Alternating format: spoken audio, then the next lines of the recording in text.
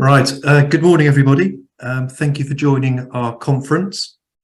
My name is Nick Banks, and I'm the lead partner for agriculture at Scotton Bland.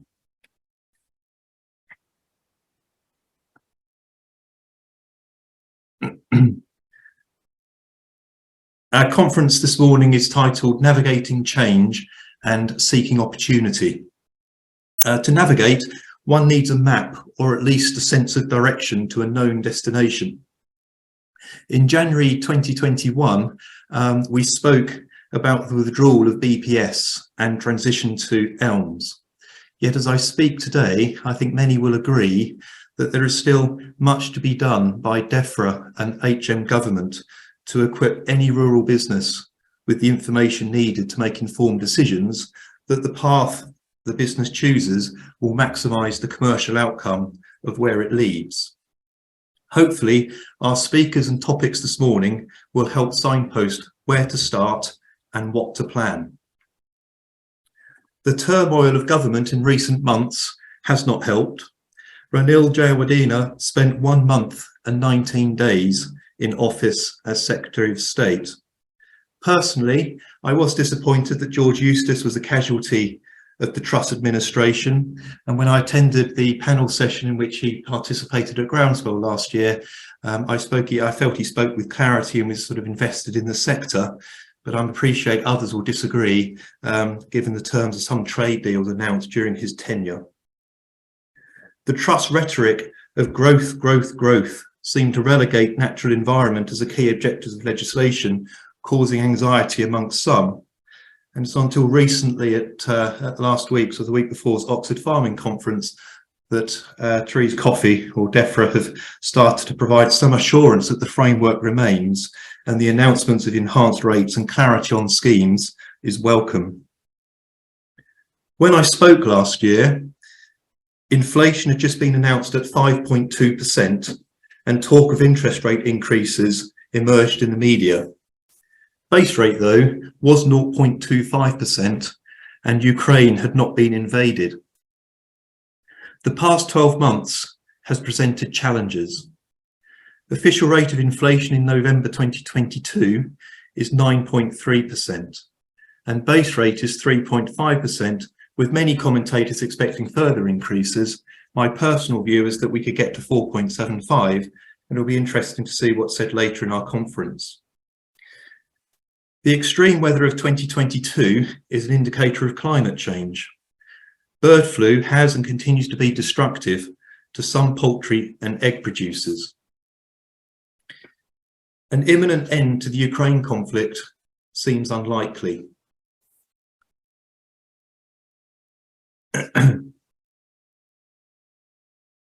Access to Black Sea ports is a material factor in global supply of crops and other commodities.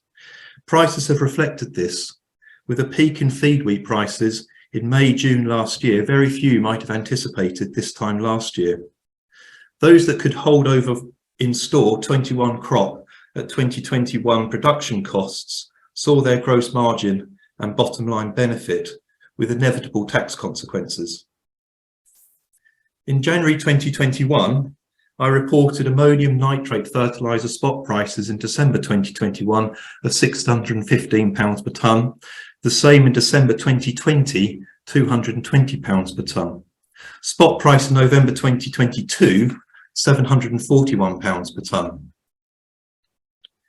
DEFRA Agricultural Prices Index, updated in December 2022, reports agricultural output up 22.3%. and agricultural inputs up 28.3% in a 12-month period to October 2022. Of the increase in output, 43.9% is attributable to milk and 19.73% wheat. Of the increase in inputs, 32.5% is attributable to fertiliser and soil improvers.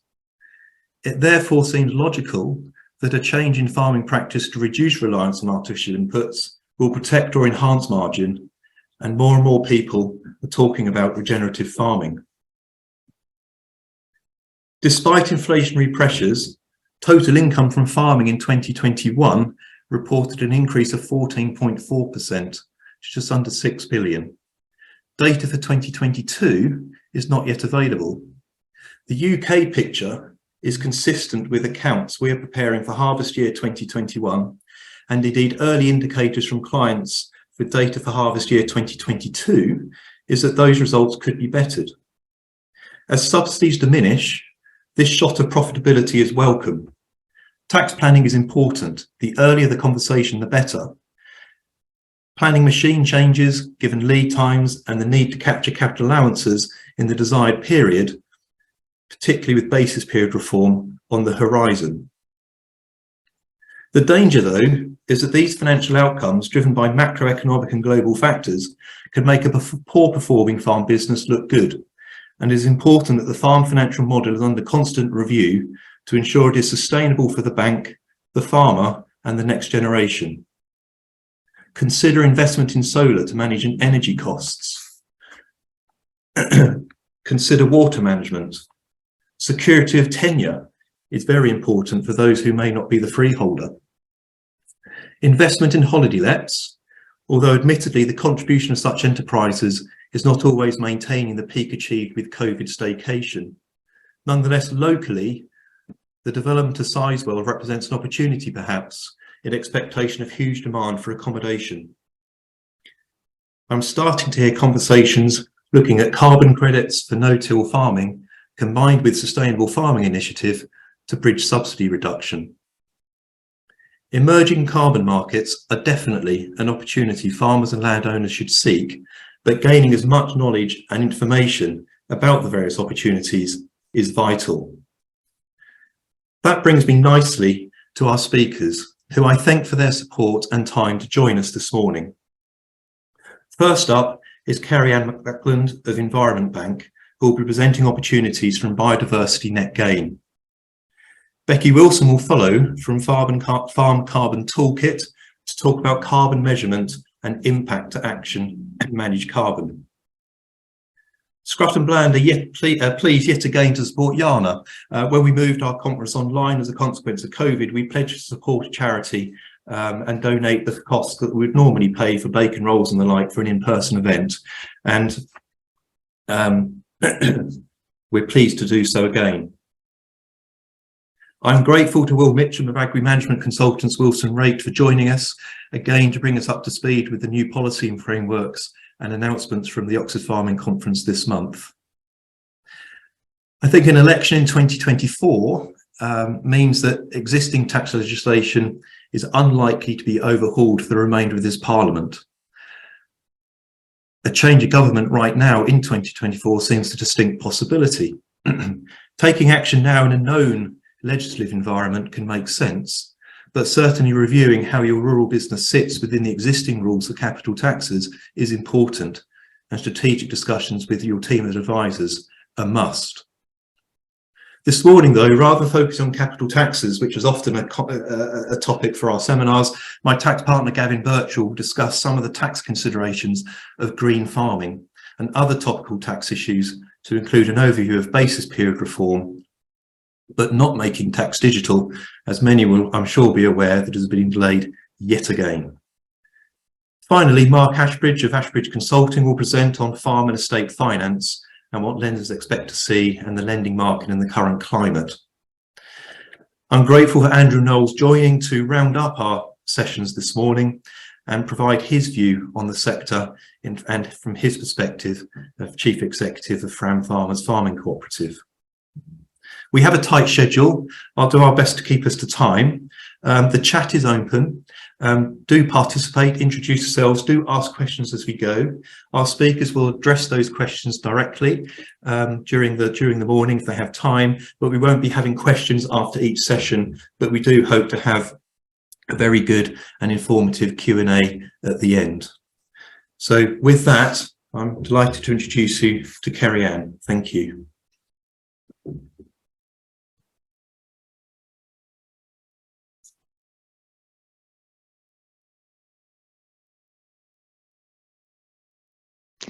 Try again.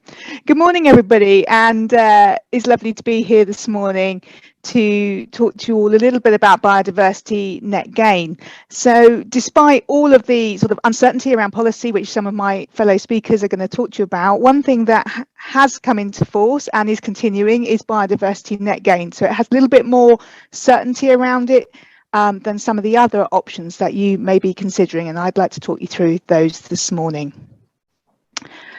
So we're going to start with what is BNG, and then I'm going to talk you through a little bit more about how the Environment Bank operates in the BNG world and what the opportunities are for us working with you as landowners and farmers to maximise some of those opportunities that are presented.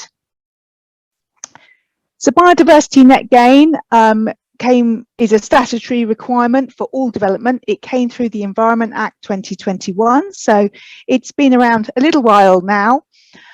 We have the primary legislation that tells us in broad terms how it's going to work.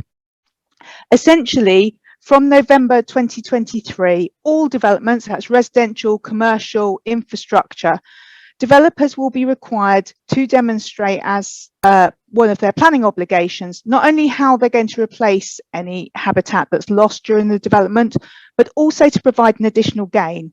That statutory minimum will be an extra 10% of habitat, and some local authorities are seeking to have policies that will put that up to 20 or even 25% additional over and above the habitats lost.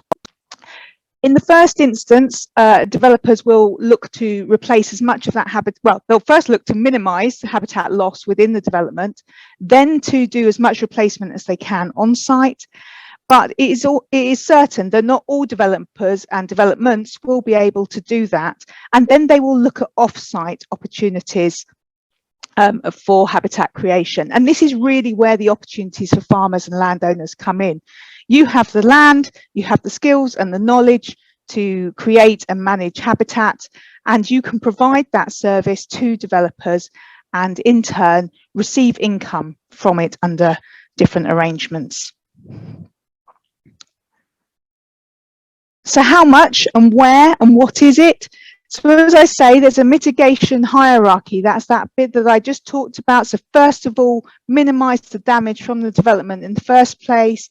Look to replace on-site when you can. When you can't, go off-site, and that's the bit we'll expand on more. There is a fallback position that Natural England will be able to provide statutory credits to developers.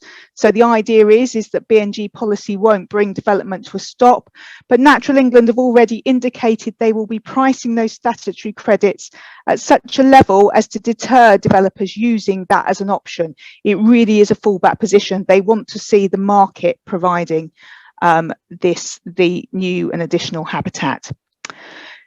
It's all measured through a DEFRA metric. So the DEFRA metric is the tool that developers use to assess the losses off of their habitat, which planners will use to satisfy themselves. So that's been correctly calculated and how much additional they need to replace.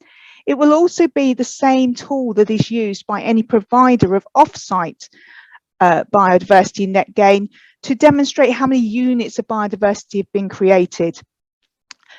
Essentially, it means that you couldn't just trade one type of habitat for another. It will depend on condition, on scarcity, on distance from the original development site, how long that habitat takes to create. And one of the really important parts of that metric is that it's been designed to deter developers from damaging the most sensitive habitats, such as ancient woodland, peatlands, things that would take many years to recreate, and ideally to minimise the loss. But it's there, and what that provides us is with a statutory framework that we can all work within, that everybody can measure what they're creating, what they're selling, what they need to replace.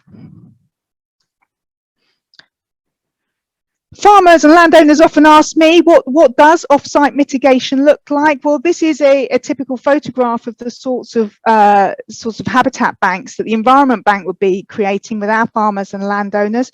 So as you can see, it's still very much a farmed landscape. This is not land abandonment. This is not just stop farming and wait and see what happens. It shouldn't be full of nettles and thistles and injurious weeds. it is managed habitat creation, and it's very much about farming where your major output shifts to nature conservation, with food production being an ancillary output, so still grazed as in this picture, or still cut for hay.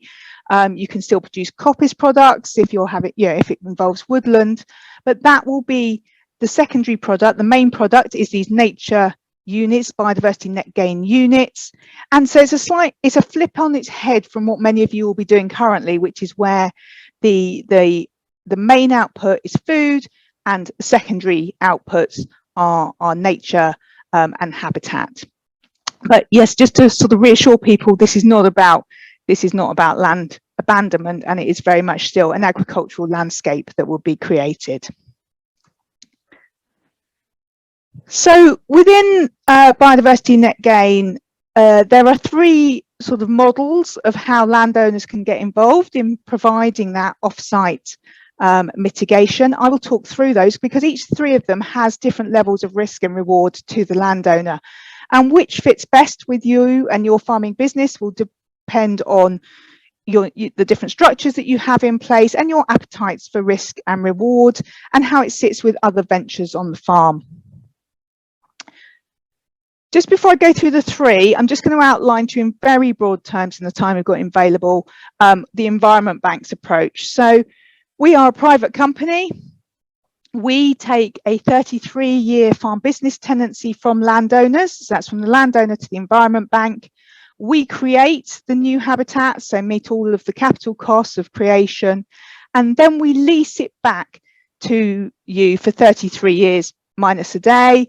And you carry out the management. So the income comes to you in two forms: a rent that we pay for the head lease, and then management payments that we pay to you to manage that habitat and keep it in the agreed condition. At the bottom there, it mentions a farm and habitat management plan. In many ways, that's the most important document in terms of day-to-day operation. We have a 30-year relationship with you. And that farm and habitat management plan sets out the detail of how we're going to manage that land together, what we're going to effectively pay you the management payments to do, and it can be adapted and changed as your farm business changes, because we understand 33 years is a long time. It's a long-term commitment. In many cases, that may involve an intergenerational change, and it's important that it's a dynamic, changing relationship that enables farm businesses to continue and evolve. As I've mentioned, there are three models, and they're there on the left-hand side. The first model is direct sales. So that would be where you would create the habitat on your farm, and you would be in a direct relationship with the developer, and you would sell the units that you create of the sort of improved ecological value of the land to the developer. And they would then go to the planners and say, look, I've got my units, my additional grassland, my additional hedgerow, whatever it is that they need, and they can say it's on this farm, and that's how it works. Without a shadow of a doubt, that is the mechanism by which you would receive the most income from biodiversity net gain. There's nobody else involved. You receive however much you negotiate with the developer. On the flip side, it is also the highest risk model, because you would be carrying all the risk of making sure that you can create the habitat and bearing all the costs of both initial creation and recreation should the habitat fail. You would be directly responsible to the local or planning authority for all the monitoring and demonstrating that the habitat is meeting the condition requirements of the DEFRA metric.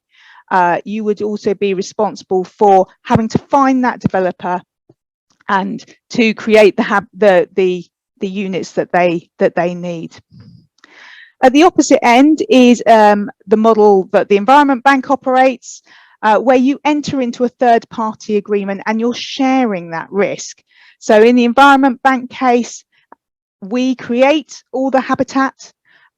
We would also, if it needed reinstating because it failed either at early establishment phases or because of an extreme event like a wildfire, we would come back in and create that. We do all the monitoring. We are responsible to the local planning authority for delivery. Your income is secure. We're under a farm business tenancy that commits us to paying your rent. And we also, provided that you carry out the management actions that we've agreed each year, you would get your management payment. If we didn't sell any units, that's our risk to our business. There's no direct relationship to you between the Habitat Bank and the developer's demand for units. And so it's a much lower risk model, but that would mean you would get a lower return, because we need to get a return on the units that we sell, as do our investors. And so it's shared between effectively 3 parties in that model. In between direct sales and an environment bank type model is brokerage service, which there are an increasing number of.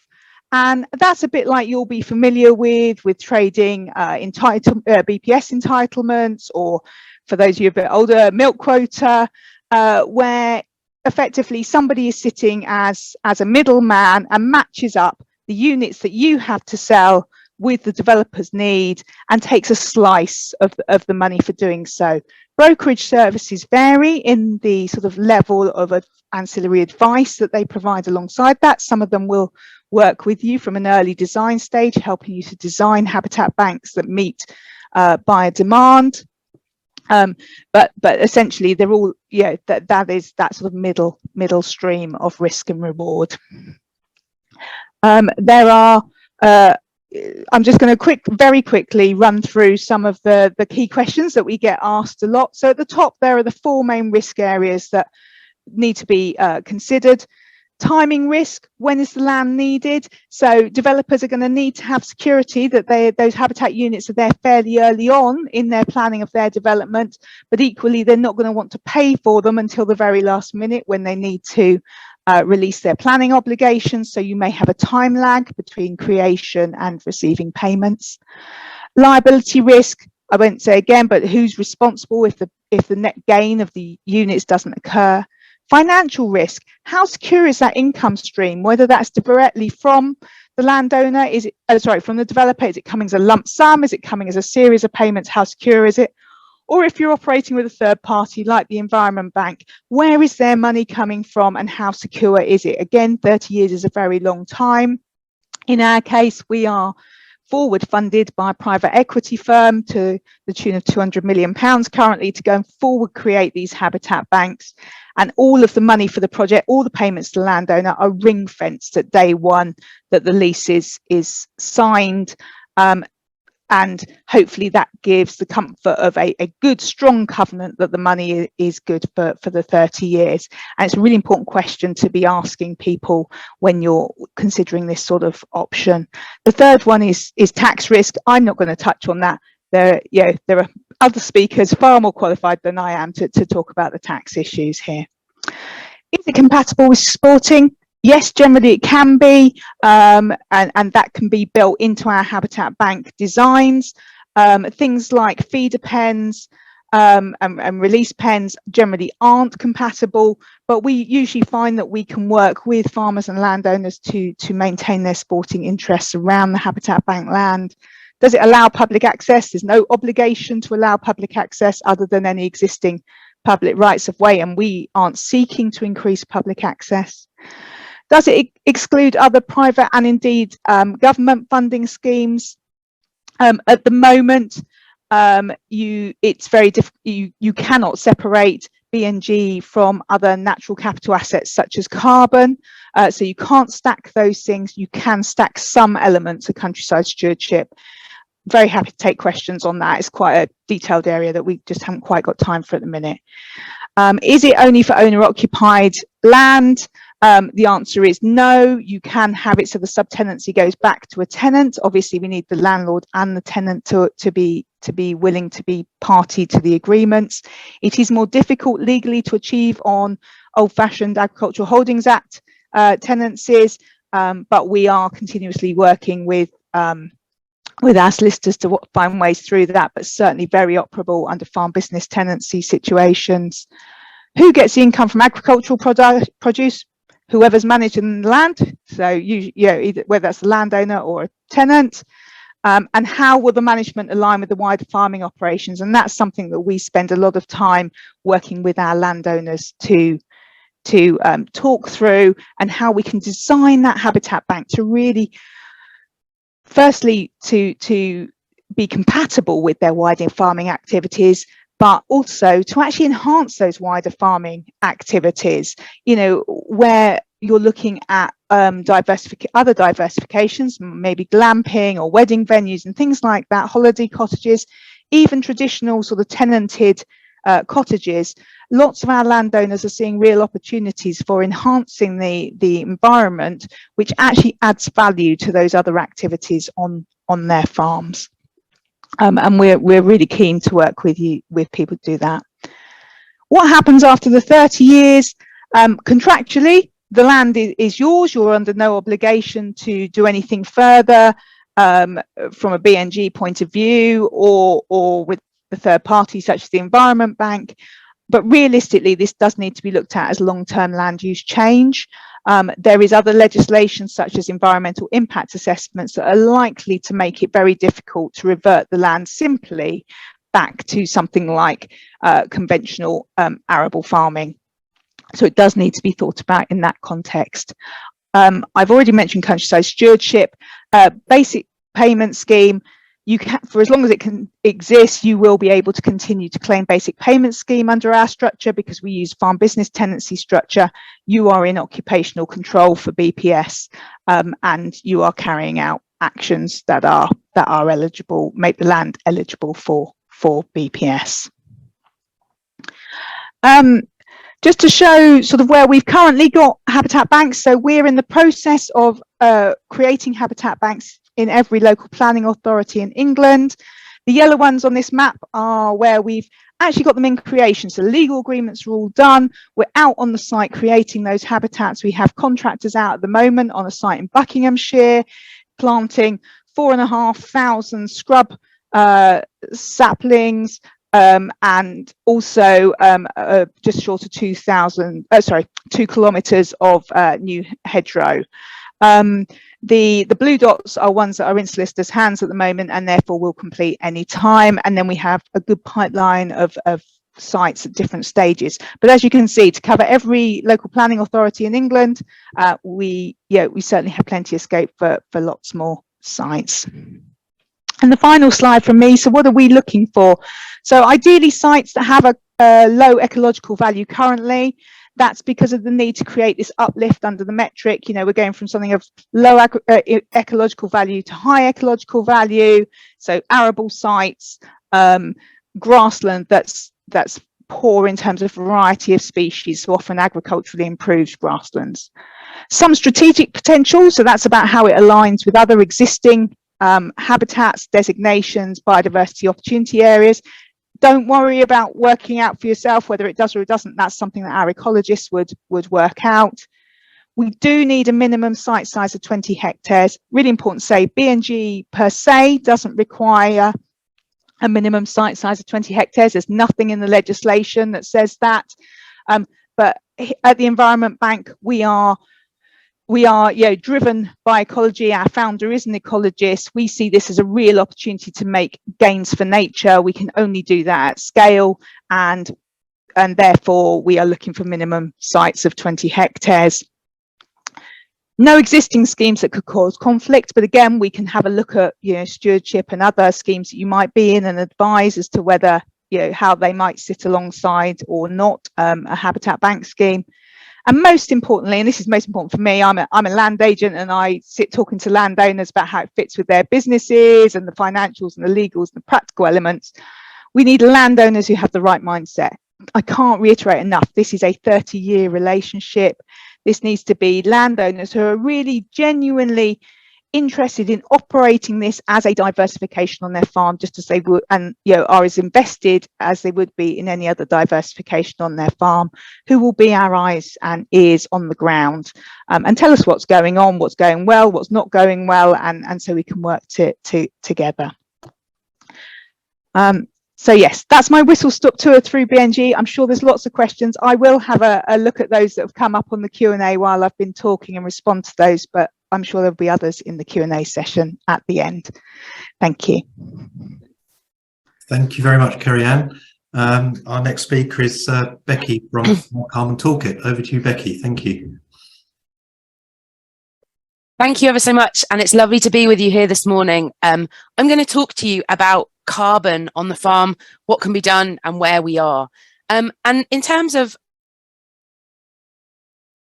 organisation, we were set up back in 2009 to really try and provide practical tools and resources for farmers and landowners to understand what can they do about energy resilience, improving soil health, and what does that do in terms of business resilience as we move forward. So we work with farmers. That's what we do. We do it in a variety of different ways. We measure, so we have a carbon calculator that allows us to measure what's happening in terms of greenhouse gas emissions on the farm, where they're coming from, where the farm might be currently holding carbon in its woodlands or its hedgerows. We spend a lot of time measuring what's happening below the ground in terms of current soil carbon storage and what might be there in terms of potential at the farm level in terms of management. But we're not just a measurement organisation. We also spend time actually using that information to actually do the bit that we need to do in terms of actually supporting farmers to make those changes that will actually have that impact in terms of reducing greenhouse gas emissions and improving soil health. And as well as working within the industry, we're also really keen in actually challenging what's happening outside the industry. So with the farmers that we work with, we use that information to be able to communicate the really good stuff that of the emissions and improving sequestration. And we do that both within our industry, but also more widely outside of our. Because we can't fail to notice at the moment that carbon is everywhere.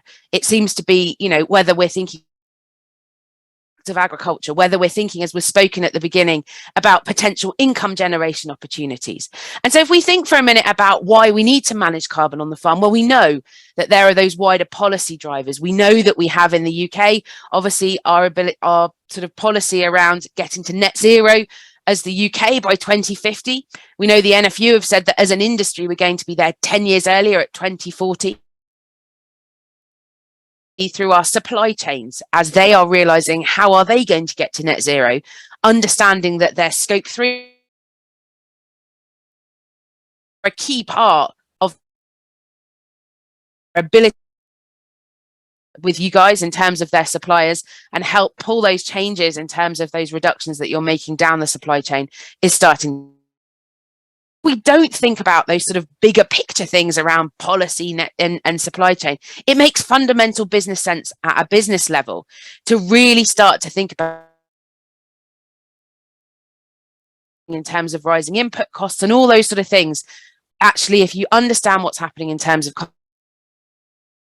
financially, it allows you to be more informed and make better decisions. So when you're thinking about what you might want to do in the future,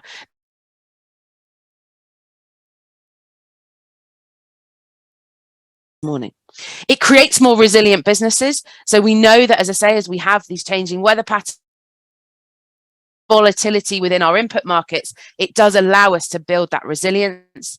It provides a positive narrative, and we really need a positive narrative for our industry at the moment when we think, because again, a lot of the discussions that are being had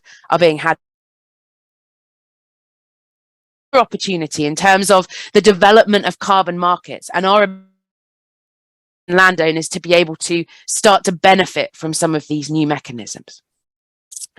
And that whole process of really starts by being able to measure it. And although carbon measuring and doing your carbon footprint might be something that you don't get massive, it's actually that first vital step in terms of being able to quantify the contribution that that farm is making to climate change. Tell you that carbon footprinting is incredibly complicated and deals with lots of different things. And the source of those three gases, so carbon dioxide, methane, and nitrous oxide, that you are emitting from the farm, and changes to reduce those greenhouse gas emissions. It should also allow you to highlight where you're currently holding carbon evaluate some of those offsetting options if you would like to think about what that might mean from a market's perspective, but also more fundamentally how you can inform and make better decisions. Need to make sense to your business. They need to be practical. They need to be that first step in terms of informing behavioural change. So the process of doing your carbon footprint shouldn't be so hideous. It's that first bit in terms of saying, so what does this information tell me? And although a lot of the language is very much around carbon, when we think about greenhouse gas emissions associated with agriculture, carbon is only a very small percentage of what's happening. It's actually only emitting about 10% of agriculture's emissions. The vast majority of nitrous oxide coming from how we manage our soils, our fertilizers and our manures, and then methane, which comes out the front end, but it's also coming from how we manage, store and apply our manures and slurries.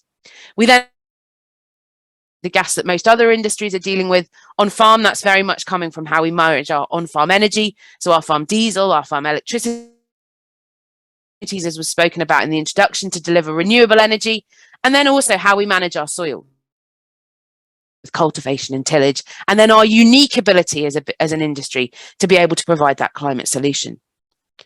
So if we think about where we are now in terms of actually, as I said, we know that the industry is % of emissions. I know there's no such thing really as an average farm, but if we were to pretend for a minute we were, and to look at, well, where are the majority of those emissions coming from? We've got about 60% of an arable farm's emissions that are coming from nitrogen.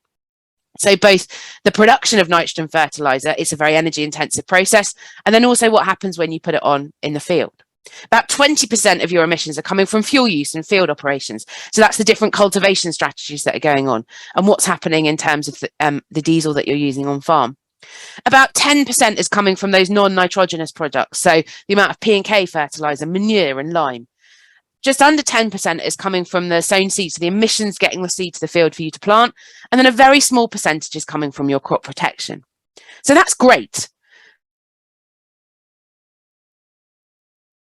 Of different farms, and you can look at where those percentages are coming. So although that's great in terms of a starting point, by doing your own footprint, you can start to concentrate on where your hotspots are and where you can focus attentions in terms of reducing emissions. Because remembering that a lot of the opportunities that we have to reduce emissions will also reduce your costs. The other really important thing in terms of our ability to do this on our farm is that we can start to take account of those regional variations and actually understand where we sit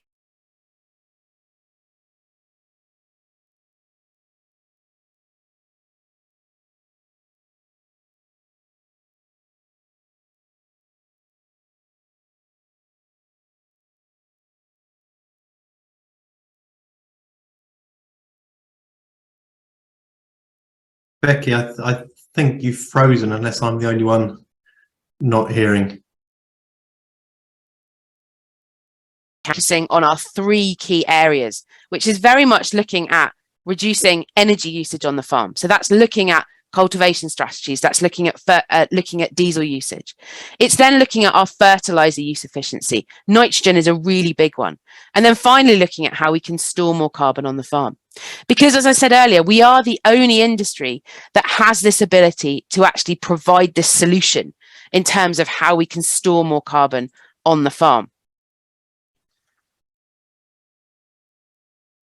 So again, these are the real things to think about in terms of reducing our energy and fuel use. And again, the more that we can do in terms of reducing our reliance on fossil fuels, the better. Thinking about precision agriculture and cultivation practices. So how we're cultivating, whether we're using no-till, thinking about the opportunities around nitrate inhibitors, how we can manage that release of nitrogen, and then thinking about what can we do around reducing those mineralization emissions that are coming. And again, we know that nitrogen is a really key part. We know we can't totally eliminate it, but really trying to reduce the amount of it that's leaking out of the system, which makes real economic sense, as well as thinking about what the opportunities are to reduce our emissions. Thinking about soil health, and this ties into what's possible with our carbon markets. And there's a real fine balance here between not just our ability to improve soil health and what that does from a carbon storage perspective, but also our ability to start reducing some of these key inputs that we're having to use, which has a real benefit in terms of cost. And one of the things that we do, as I say, we have a Soil Farmer of the Year competition, and we've got real examples of where this is happening and providing both that financial and improved sequestration benefit.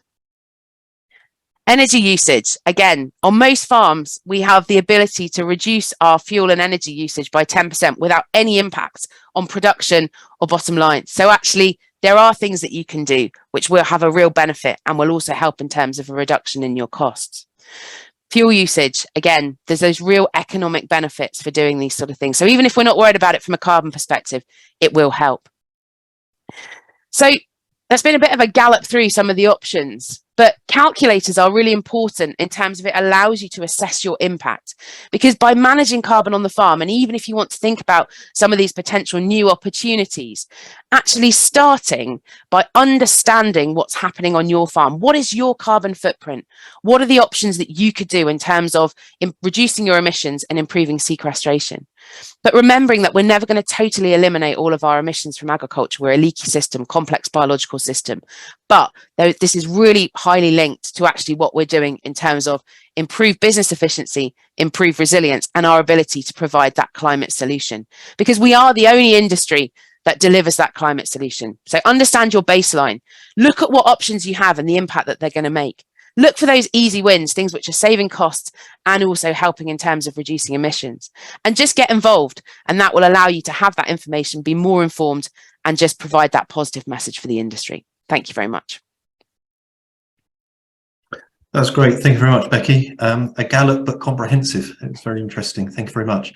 I'm delighted now to introduce Emma from You Are Not Alone, a charity I'm sure many on the call will be aware of. But Emma, over to you. Thank you.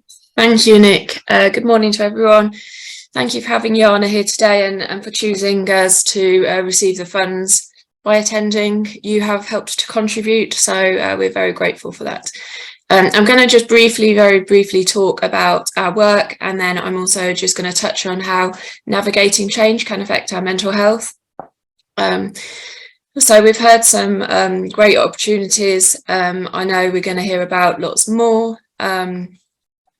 There are lots of real positive impacts that change can have. But we also know that taking risks on new opportunities can affect our mental health negatively as well as positively. Accelerated change and prolonged uncertainty can really affect our resilience and our outlook at times. But we know agriculture is an incredibly resilient industry.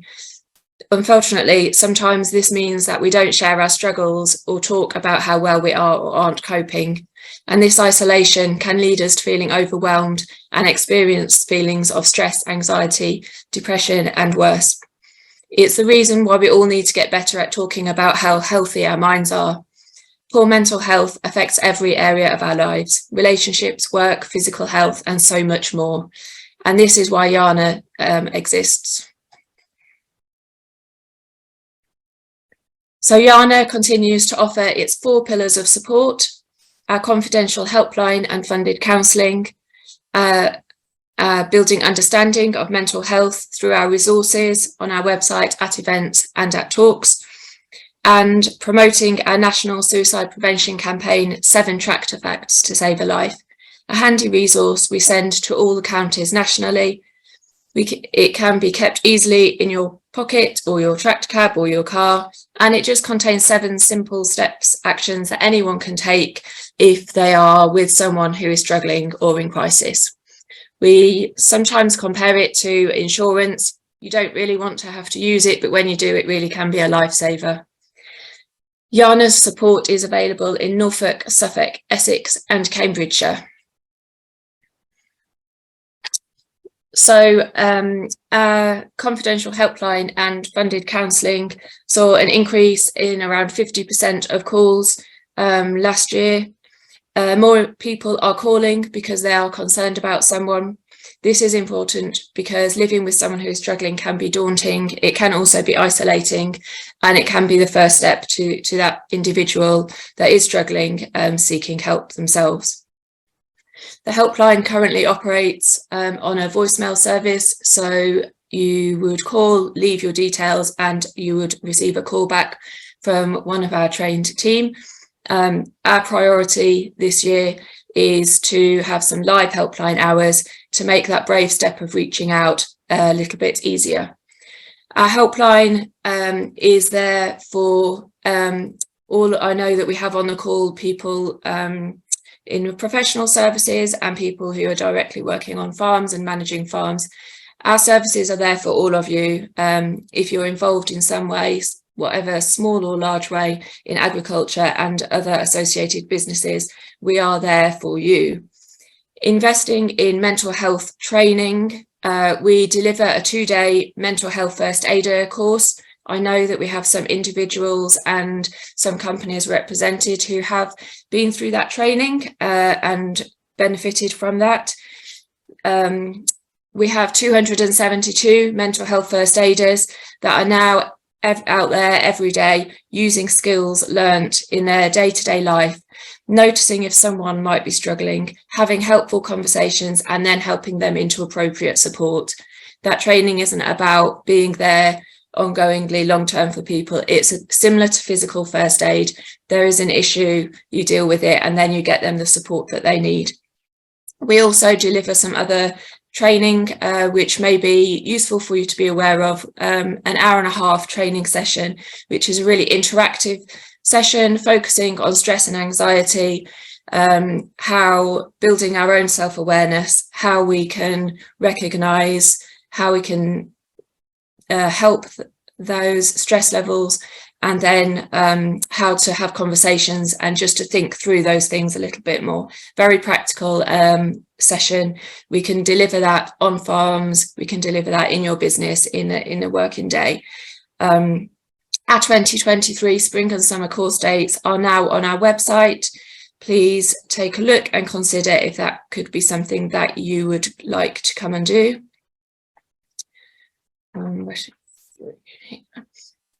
So how can you help? The most important thing from our perspective is about raising awareness and spreading awareness both around just mental health, but also the support that we provide. So everyone can play a role in that. You can request merchandise from us. So as I mentioned, our 7 Tractor Facts to Save a Life resource. We have many other resources. You can order those on our website, or you can talk to me about what would be most suitable. We have communications packs for social media. We have e-signatures. We come to talks and events. There are sponsorship opportunities. We have our sticker campaign and the training. So there's lots and lots of different ways that we work with many different organisations, and we're really keen to keep growing those number of organisations that we're working with. As I said earlier, navigating change can affect our mental health, so it really can be useful to know what to look out for in ourselves and others. Becoming aware of our own stress levels is a really key starting place. So I just wanted to highlight a few things briefly. If you notice in yourself or others a change in appearance, behaviour, personality and mood, they're eating or sleeping, sustained for more than 14 days, then that's the time to probably be a little bit more concerned. You may notice things like people struggling to make decisions, appearing anxious and fidgety, irritable, disengaged, lacking concentration and making mistakes. These things might be a result of stress and poor mental health. So it's really useful at that point to either, if it's in yourself, stop and reflect. If it's in someone else, just to ask them if they're okay, and you might need to ask them a few times. But some things that can help to navigate change, I'm just going to talk through. Finding something familiar and stable to focus on each day can really help to ground you in uncertain moments. Something such as keeping just one thing that you do every day as part of your daily routine can be really helpful, but sticking and focusing on something familiar when lots of other things are changing can really help us. The bigger picture, sometimes it can be helpful to look at the bigger picture so that those changes appear smaller and more manageable. At other times, it can really be helpful to focus on the small steps and tasks, especially when you start to feel overwhelmed. Flexibility. The agricultural industry is generally really flexible. You have to be when you're working with the weather and many other aspects of the job. But sometimes we also, as people, naturally get stuck in habits and the way that we do things that have always worked. So trying to keep an open mind and managing your expectations, not being too rigid in those, that's really useful for you as providers of supporting people through that change, but also if you're going through that change as well. People who understand, it's really good to talk to a trusted person.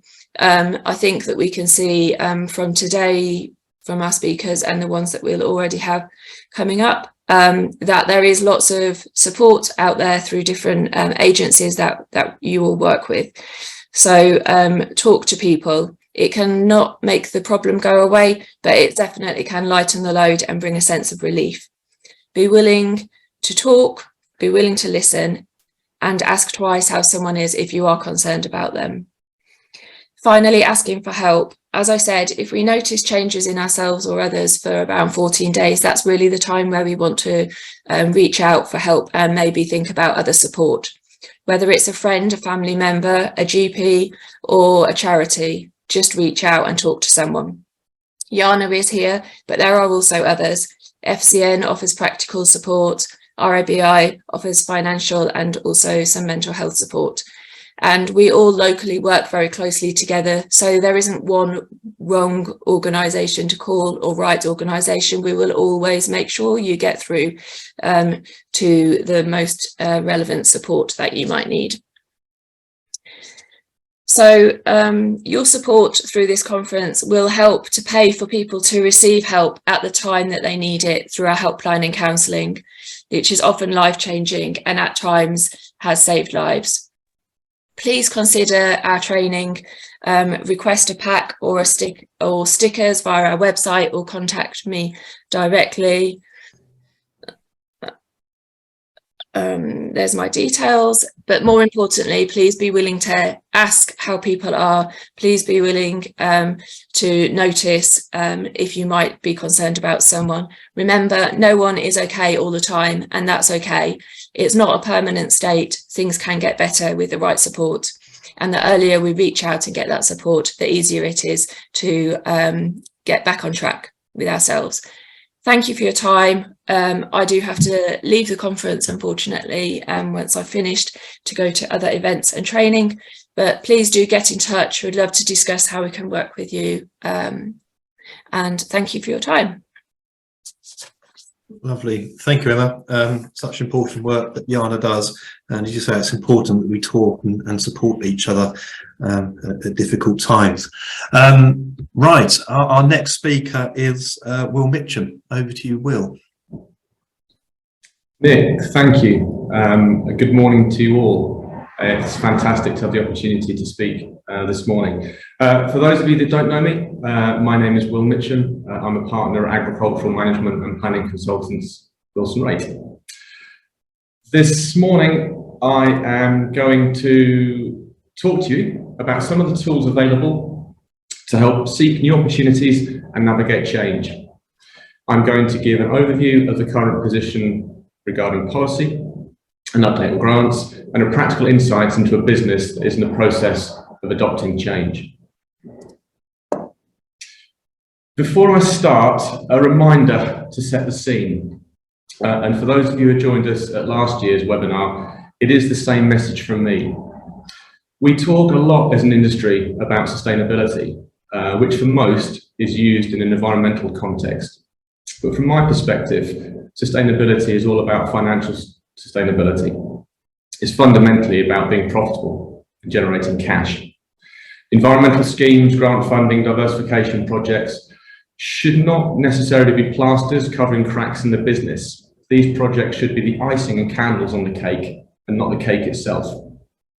Ensure your business is running at optimum performance, and you must not be afraid to confront this. in many situations, improving the performance of the core business and really getting that humming will yield a far greater financial benefit than bolting on a profitable new opportunity to an underperforming core business. Any opportunity must be fully explored and its impact to your business understood. Just because it's right for your neighbour doesn't necessarily mean it's right for you. As business managers first and land managers and farmers second, each asset must be optimised. Look at each hectare or acre or building as its own production silo. How can you optimise that resource? Is it through farming crops? Is it through the environment? Is it farming houses? The cycle of doing the same thing over and over and expecting a different result won't break itself. You need to take control. So let's begin with a whistle-stop update on policy. BPS, as we know, will end after the 2023 scheme year and will be replaced with a reducing D-linked payment from 2024 to 2027. The D-linked payment will be made with reference to BPS claim period 2020 to 2022, and you must be eligible for the 2023 scheme year by submitting a claim. Thereafter, by submitting a 2023 application, you'll be eligible for the D-linked payment. And receipt of the D-linked payment is irrespective of whether you continue to hold entitlements, land, or continue to trade. Recipients of the D-linked payment will also be able to apply for other schemes that they're eligible for. It's recently been confirmed that enhanced countryside stewardship will replace local nature recovery as the second strand of ELM, or ELM.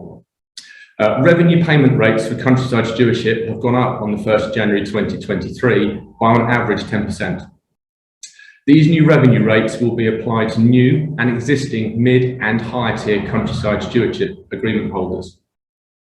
Capital payment rates, which cover one-off projects, will also increase by an average of 48%, but importantly, this is only for agreement offers made after the 5th of January 2023. It was recently reported that some 30,000 farmers are now in countryside stewardship, an increase of 94% in 3 years. The current DEFRA Secretary of State recently pointed out that this uptake suggests that something must be working. Local nature recovery, which was planned as the second element of ELM, has been scrapped and will be, as just noted, replaced with enhanced countryside stewardship. High-level stewardship schemes that are due to expire in 2023 may be eligible for a 5-year extension. In that scenario, where an existing HLS agreement is extended, you can leave that HLS agreement at any point without financial penalty if you're accepted into a new environmental scheme. The Sustainable Farming Incentive opened in 2022 as the first scheme to be introduced under the Agricultural Transition Plan. SFI aims to help farmers manage land in a way that improves food production and is more environmentally sustainable. Farmers will be paid to deliver public goods, which include improved water quality, biodiversity, climate change mitigation, and animal health and welfare. The initial targets for SFI when launched in 2022 were to encourage actions that improve soil health, recognise how moorland provides benefit to the public, which is the public good part, and improve animal health and welfare by helping farmers with the cost of veterinary advice for livestock. This slide notes the payment rates for the Soil Health Standard. It was publicly announced at the recent Oxford Farming Conference that SFI applicants could now receive an additional payment of £20 per hectare up to 50 hectares of land, a maximum of £1,000, as an SFI management payment to cover the administrative costs associated with the scheme. This payment will be applied to all those who are already in SFI, as well as those making new applications from this point onwards.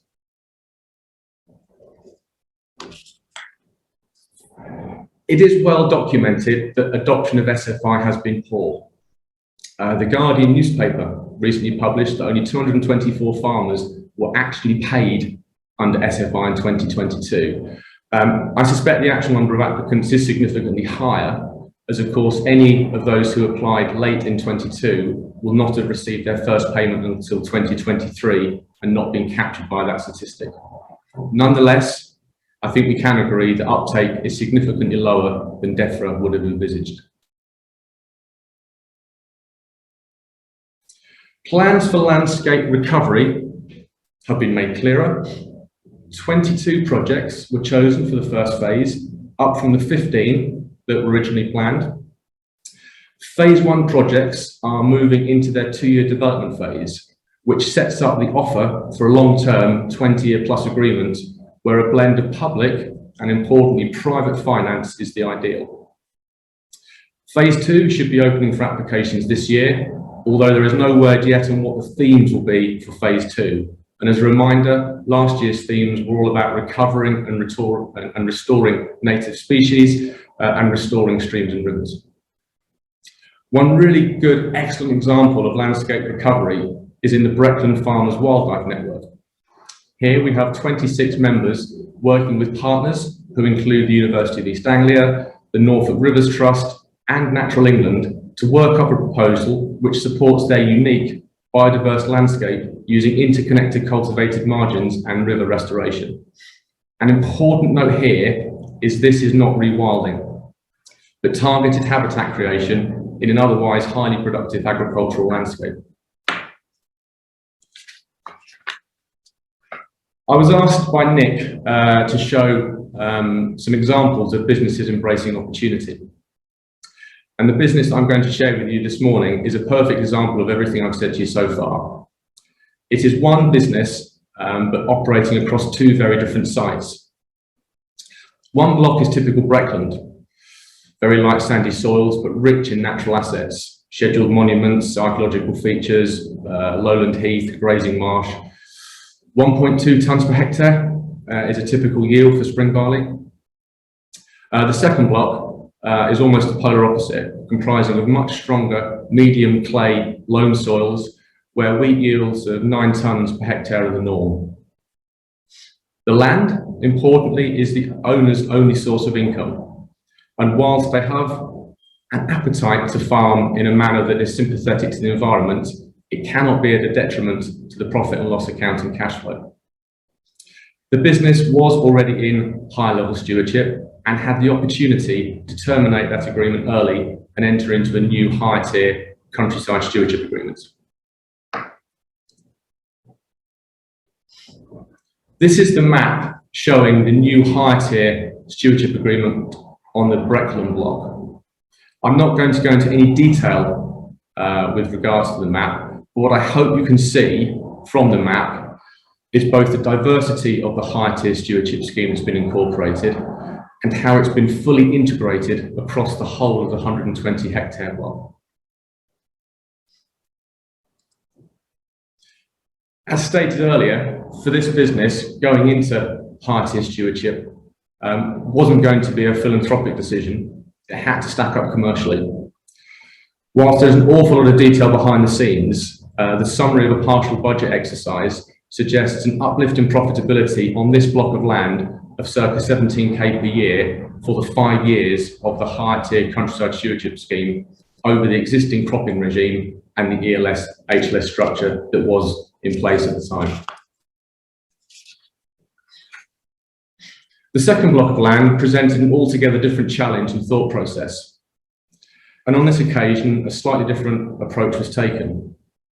As a start point, projections for the 2023 harvest year suggested that the average gross margin across the 160 hectare block was £1,075 per hectare for a rotation that included winter wheat, winter barley, sugar beet, spring barley and winter beans.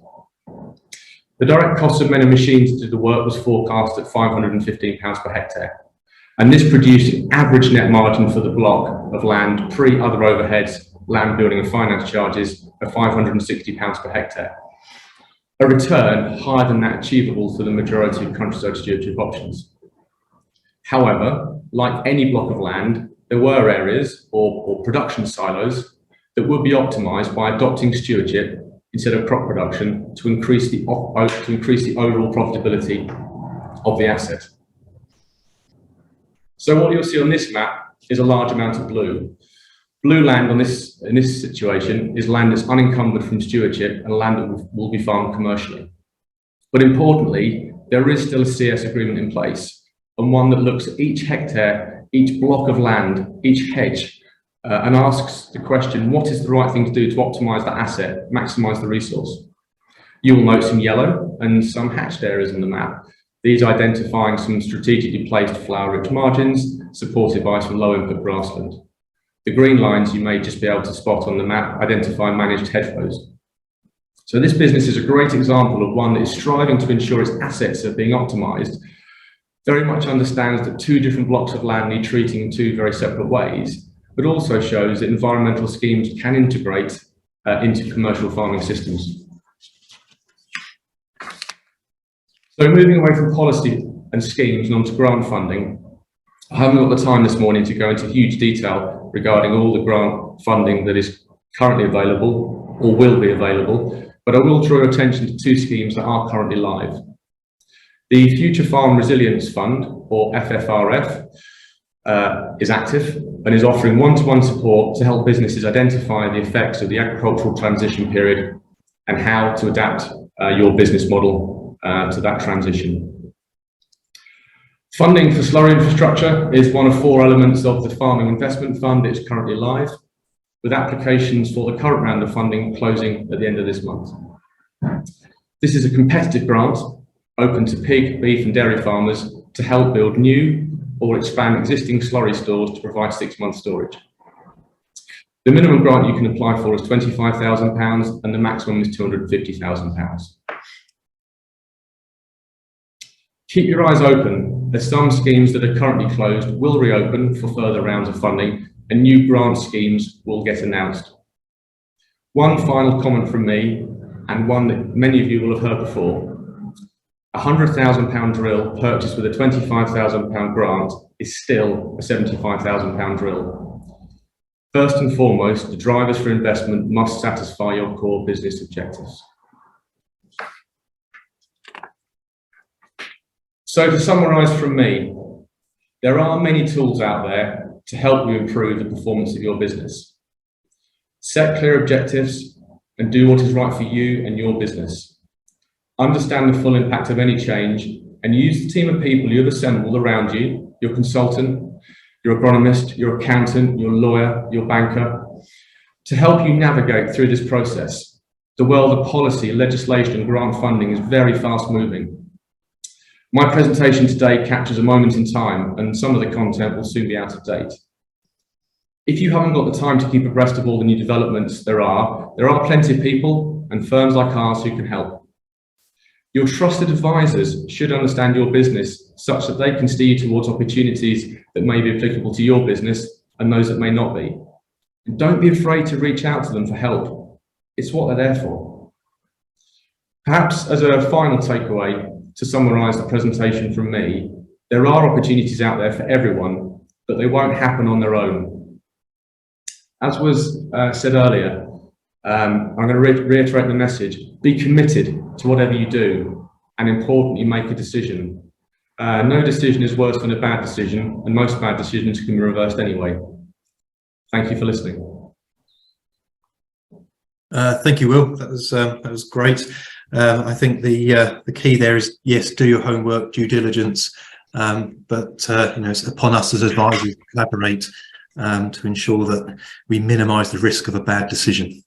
Thanks for that. Right, our next speaker is my colleague Gavin. Over to you, Gav.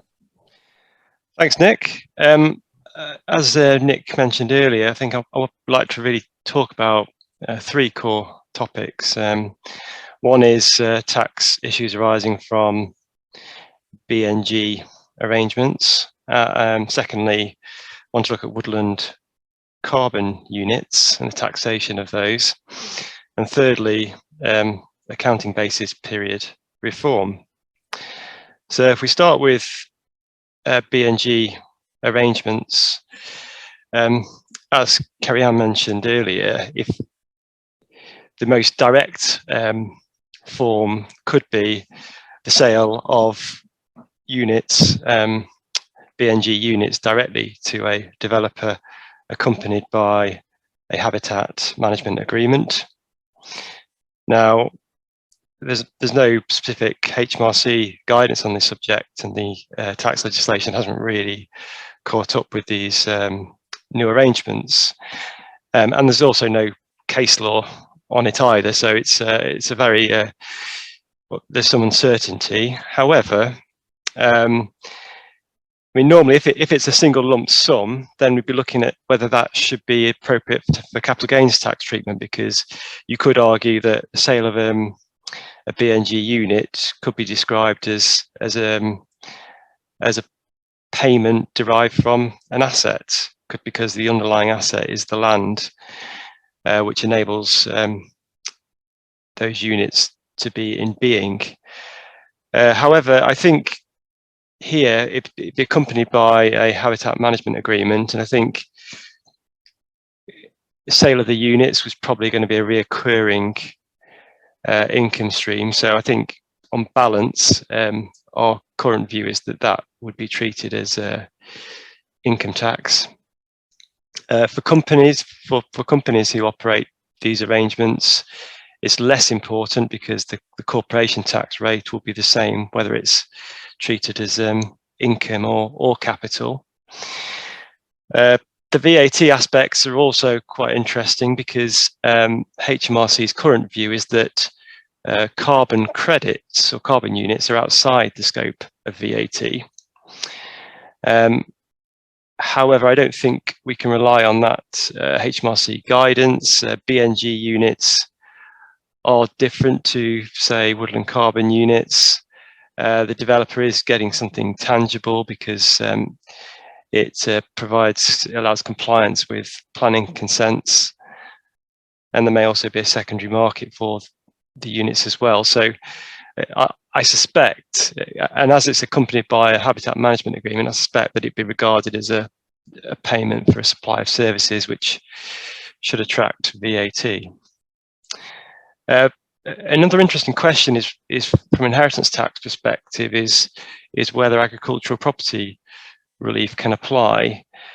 I think if it's simply habitat management where there's no underlying agricultural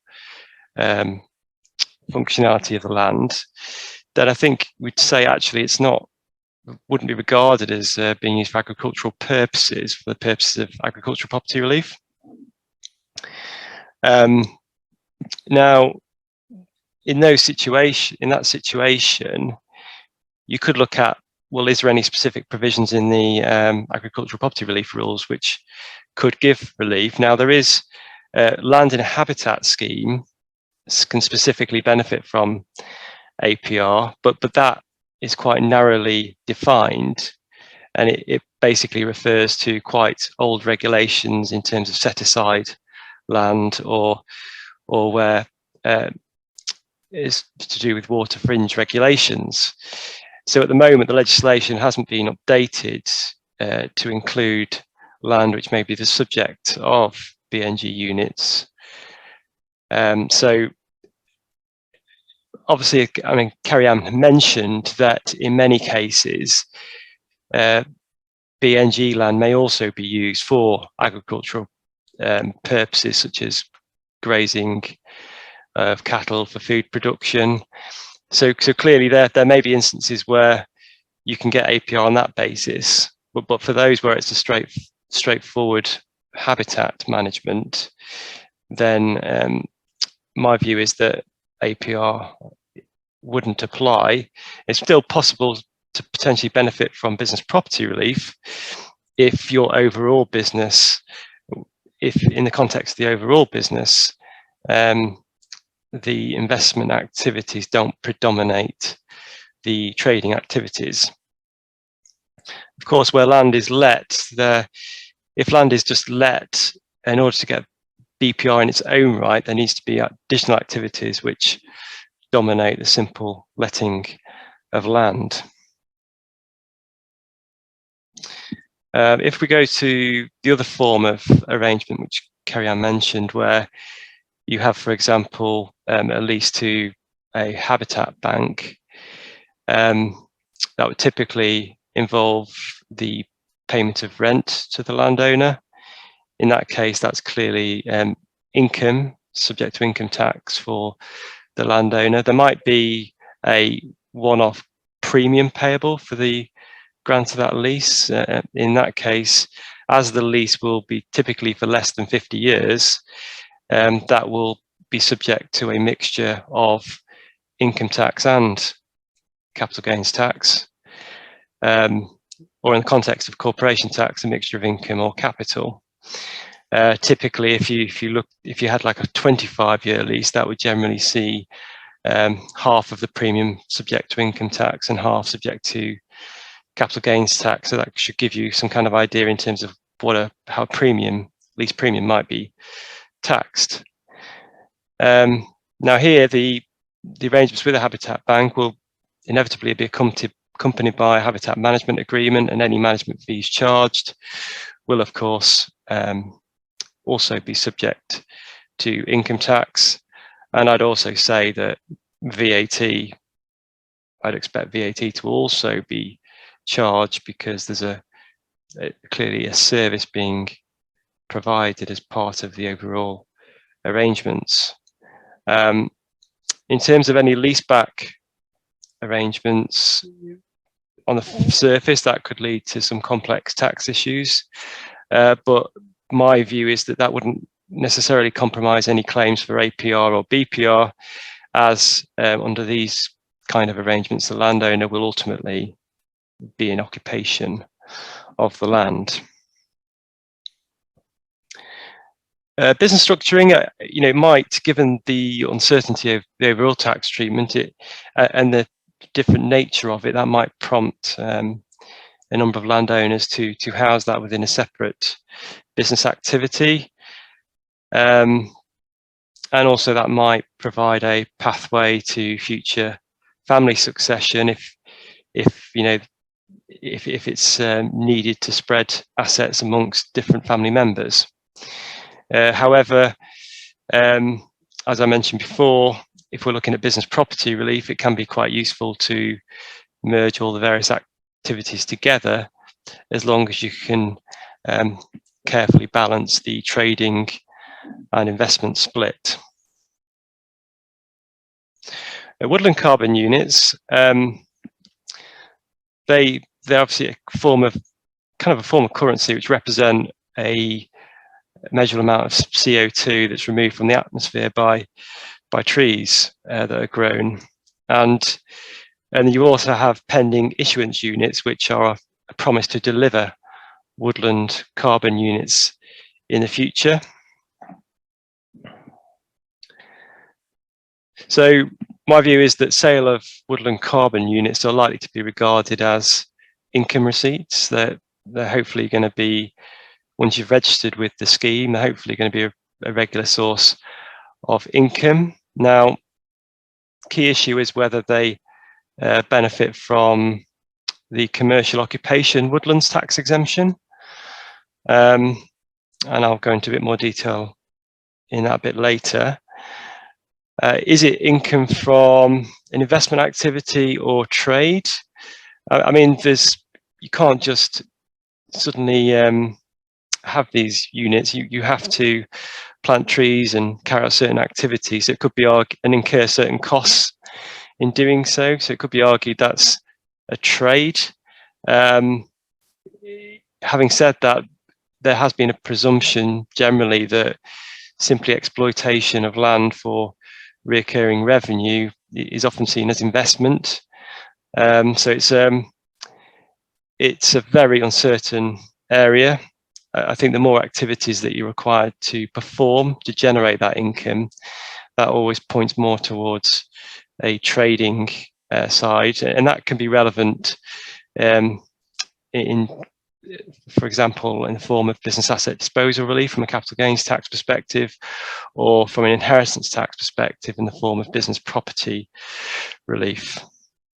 In terms of agricultural property relief, I think, generally speaking, that woodland can benefit from APR as long as that's occupied with agricultural land and the occupation is ancillary to that of the agricultural land.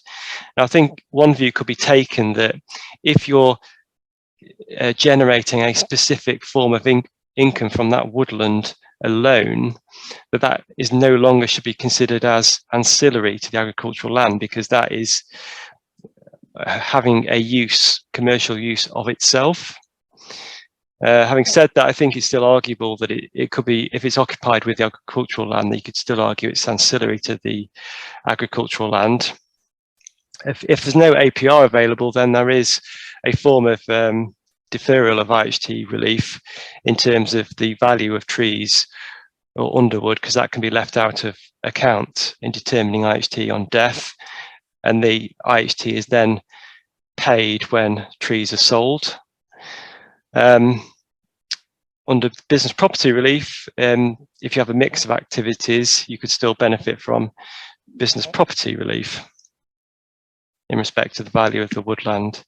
As I mentioned earlier, there is a specific income tax exemption and corporation tax exemption for commercial occupation of woodland, and interestingly, the government's woodland carbon guarantee scheme comments that commercial woodland exemption is available on the sale of carbon credits covered by that scheme. So I think if you looked at the wording of the tax legislation, I think a reasonable interpretation of it would be that surely selling woodland carbon units and doing the things which are necessary to generate those, or to issue pending issuance units, would be seen as commercial occupation of woodland. But there is no clear HMRC guidance at the moment. In terms of basis period reform, this is really going to properly take effect in 24-25 tax year. Currently, sole traders or partners account for tax on their profits based upon the accounting period. So for example, a business that has an accounting period which ends at the end of June, say for example, if their accounting period ends in June 2024, normally you'd expect just those profits for that year ended June 24 to be taken into account in the tax year 24-25. However, for 24-25 onwards, there'll be a completely different way of doing things. So for example, the 23-24 basis period will begin immediately after the end of the basis period for 22-23 and end on the 5th of April 2024. But then subsequently you'll be, so for example,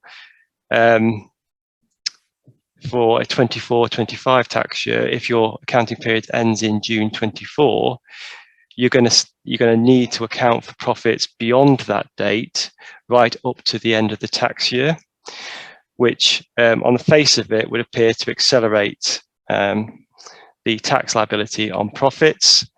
Having said that, there is a transition rules which would effectively split those transition profits over a period of 5 years, so you don't suffer that tax burden so immediately. I think this will force many businesses to look at their accounting end dates and consider aligning their accounting periods with the end of the tax year. So for example, 31st of March. Otherwise, businesses are forced with having to apportion, having to make some form of reasonable apportion of profits, and therefore basing the tax liability on estimated figures, which they then may need to amend at a later date, which would then force an additional compliance burden on the businesses. So I think the key take-home points around this would be to really discuss with your accountant as to whether your current accounting date is appropriate and how that will impact the timing of the tax liability and the attendant cash flow impact of that. Thank you. Lovely. Thank you, Kevin. Now on to Mark to talk about rural estate and farm finance. Over to you, Mark. Thank you.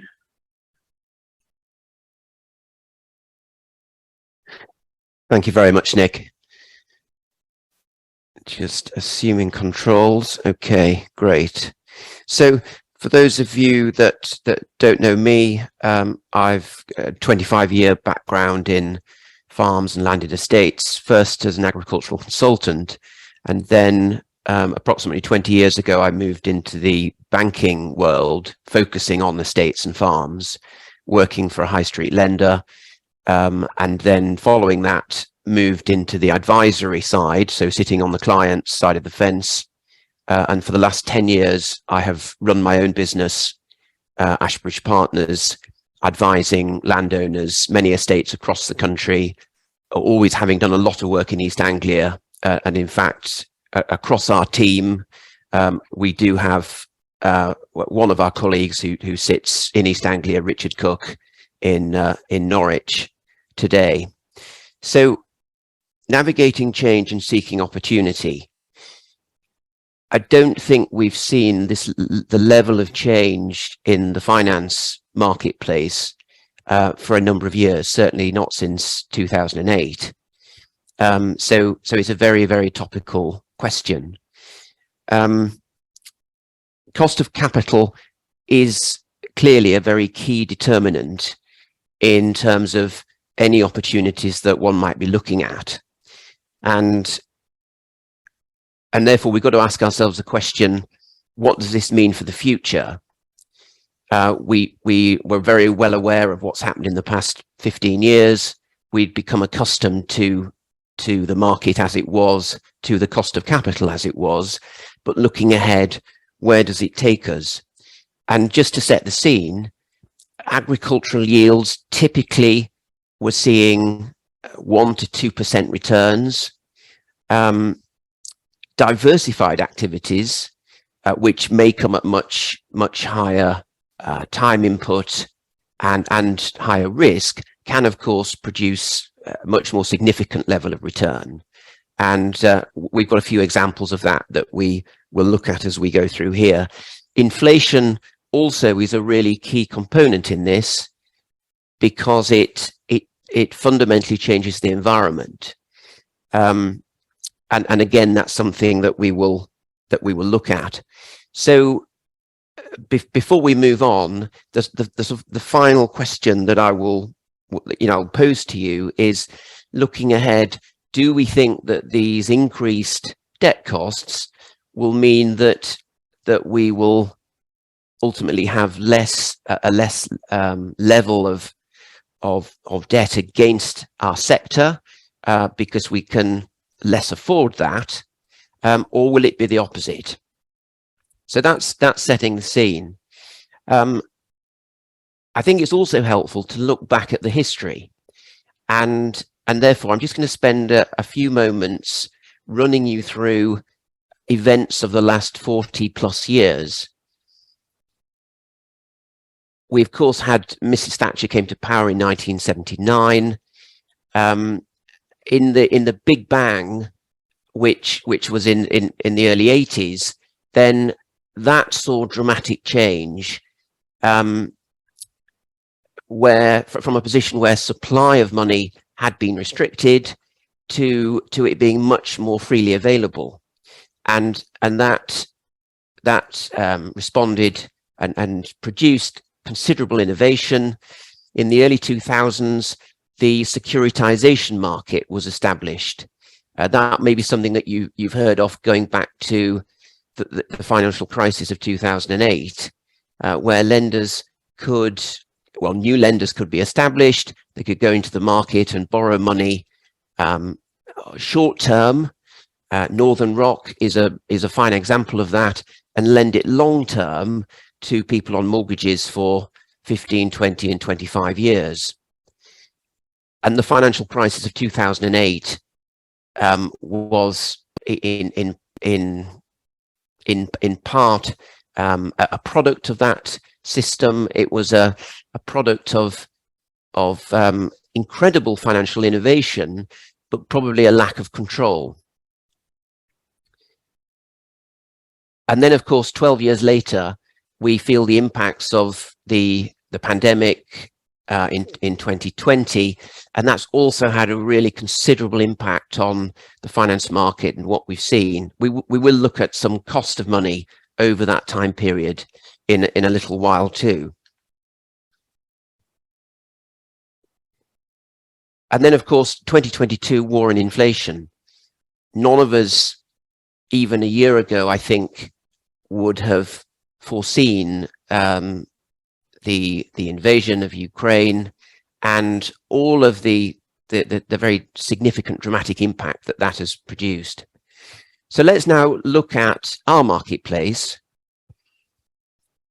Banks definitely view the agricultural and the landed estate sector as safe, and that was brought into stark focus post 2008, when the government was very much encouraging, in a number of different ways, lenders to lend money to small business, and the banks reacted and responded to that, and understandably they realized that from a risk perspective it made smart sense to lend to safe sectors. Our sector, very, very strong balance sheet. Lenders don't typically lose money on farming or agricultural businesses. Farmers don't tend to disappear. They're rooted in their geography. They're rooted on their land. That also, for the sector, produces what we would consider as a competitive advantage. And we have a number of examples of, over the years, of working with estates where we've managed to get terms which are considerably better than somebody else looking to do the same thing. So if, for example, that was perhaps a tourism or a hospitality investment, or even a sort of small scale house building or a commercial asset being purchased, then the landed estate owner, the farmer, has access to better terms, better structure, better pricing than another person looking to purchase those assets secured against the assets themselves in their sector. Flexible credit policies. What do I mean by that? Long-term interest only is typically available. The ability to fix rates for not just 5 years or 10 years, but maybe for 20 or even 30. And I've already touched on this, diversification enterprises included. So investing in those other activities which fall outside of agriculture, but can be done underneath the hat of agriculture. So interest rates. This graph illustrates the UK, so that the hard line, the UK 10-year swap rates, 1996 to the end of 2022. What we've seen is a downward trend from 96, where it was up above 8%, and then we were hitting a lower level down at 1% and below in the period from 2016 onwards. And the very, very low point, I believe from memory, was at the point at which the vaccine was about to be introduced. So we'd had all of the bad news of the lockdowns and of the pandemic, and then suddenly, just as it was darkest before dawn, if you like, as the vaccine came to fruition and was about to be rolled out, then that was the very low point. Now, this is as the swap rate for 10-year money, and I'm picking 10-year because that's a long-term cost. If you're making an investment, you want to consider what the long-term cost of money might be rather than the variable rate, and the variable rate is shown on there. Then that helps you to make that investment judgment. Of course, the interest margin needs to go on top of this. And what does it translate into? Well, it translates into 2.5 years ago, we were seeing 5 and 10-year money fixed rates all in at low 2%. And of course, it's very, very different today. We've touched on fixed rates. And I think in the context of the graph that we've still looked at, then it's important to say that long-term money is still at historically low levels. So I think the cost of debt in itself doesn't mean to say that people couldn't and shouldn't be looking for investment opportunities and looking to see how they can fund that. One other point I'll make is that interest margins after the financial crisis did increase significantly. So pre-2008, much of the money that was lent to agriculture was being lent at 1 to 1.5% interest margin over and above base rate or cost of funds. Post-2008, interest margins jumped significantly across the board, and we were then seeing lenders repricing and lending at perhaps between 2 and 3%. With base rates dropping very, very significantly, that put pressure on banking profitability.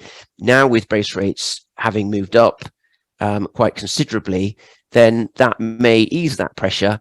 And so although the underlying cost of money is higher, we may just find that interest margins have space to contract some more, and so we may be seeing more pricing sub 2% margin.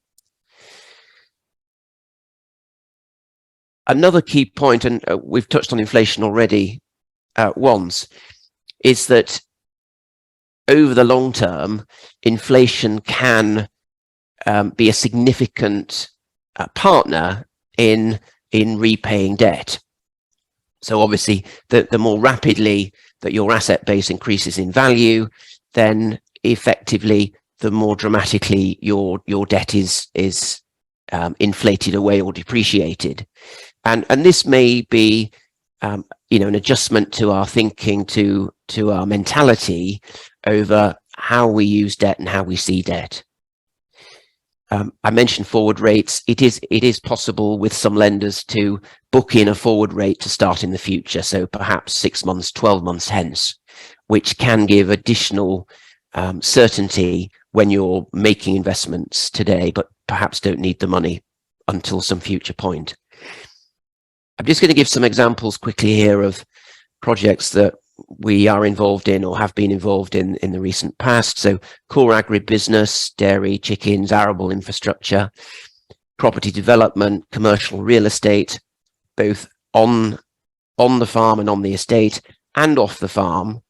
For example, we've got a number of examples of clients who've invested into commercial real estate, have it very professionally managed, purchased, managed, and disposed of, traded, should I say, where, average running yields on an income basis, even setting aside any capital benefits from the trading, but on an income basis, seeing yields, depending on what they're investing into and where, ranging between 6 and as much as 10%, which even in today's interest rate environment can be supported.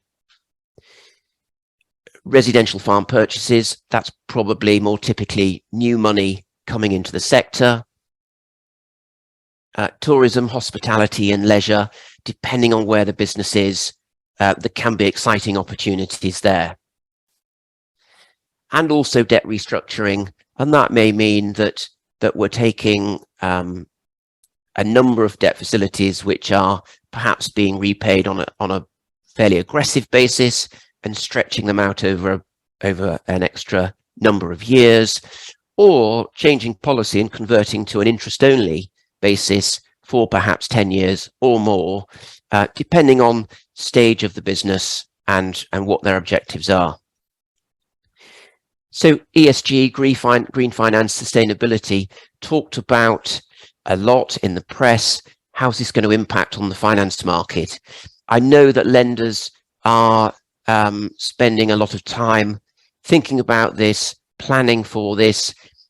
We're not seeing a great deal of change at the coalface, but we know that these things take time, and it will definitely come through. I mentioned corporate responsibility, shareholder pressure. Those are definitely going to play their part with big lenders, and in turn, big lenders will, I think, in time want to see that incorporated into who they're lending to and for what. Route to net zero, carbon credits. We've had a very good presentation earlier on that area, so I won't say any more on it. And badged green loans, do we use the carrot or the stick? Will there be an incentive? Are lenders, and certainly some are, starting to talk of reduced arrangement fees, perhaps even discounts on the interest margins for what's deemed to be a green loan, and will there be the stick approach as well? I've got 3 case studies here. I'm going to move through these fairly quickly because I'm conscious that my time is pretty much expired. But this one, professional farmer looking for 15 million to purchase the neighbouring estate. In that particular case, 10-year interest only was what was required, 1.75 over base. That's a pretty good deal in the context of what it was. An entrepreneur, so this is more of a lifestyle buyer, purchasing a farm, looking for 4 million on a 6 million farm purchase. The debt cost on that one lower because it was a 5-year term. And then the third one, and this is more in the diversification box, a landowner seeking 5 million to refinance an early stage leisure business, not bags and bags of assets here to secure against, not vast amounts of other income. So a particularly challenging one, but with a project which could yield really significantly when it's fully up and running. And you may be horrified by the terms there, 2-year term, interest only at 11% per annum. The plan will be that to refinance that onto more conventional terms as soon as possible. But in the interim, that is what's available in the market, and that's what's facilitated that project. So really, to conclude, what do we take from this? Change definitely brings opportunity. Post 2008, we saw very significantly positive uplift in the number of opportunities that clients were looking to pursue. We certainly did much more bigger business, exciting business, and I think that the fallout from the last 12 months, that we're about to see that again.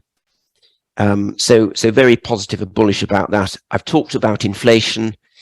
Raising debt in an inflationary environment can be long-term really quite productive. And if, for example, you purchase a £10 million asset and you raised 5 million of debt against that, and over a 10-year period that doubled in value, then assuming you've just paid the interest only and you've been able to support it, you end up with a £20 million asset with only 5 million of debt against it. So 5 million of equity becomes 15 million of equity. Obviously, if you'd have bought that entirely in cash, then your equity is doubling and not tripling. So that's an interesting concept. And I think I'll just finally say that and what I've seen in the last 20 years, the bank and finance market is innovative. There are more lenders in the marketplace today than we've seen before. In our agricultural rural space, we have used 20 lenders over the last 10 years.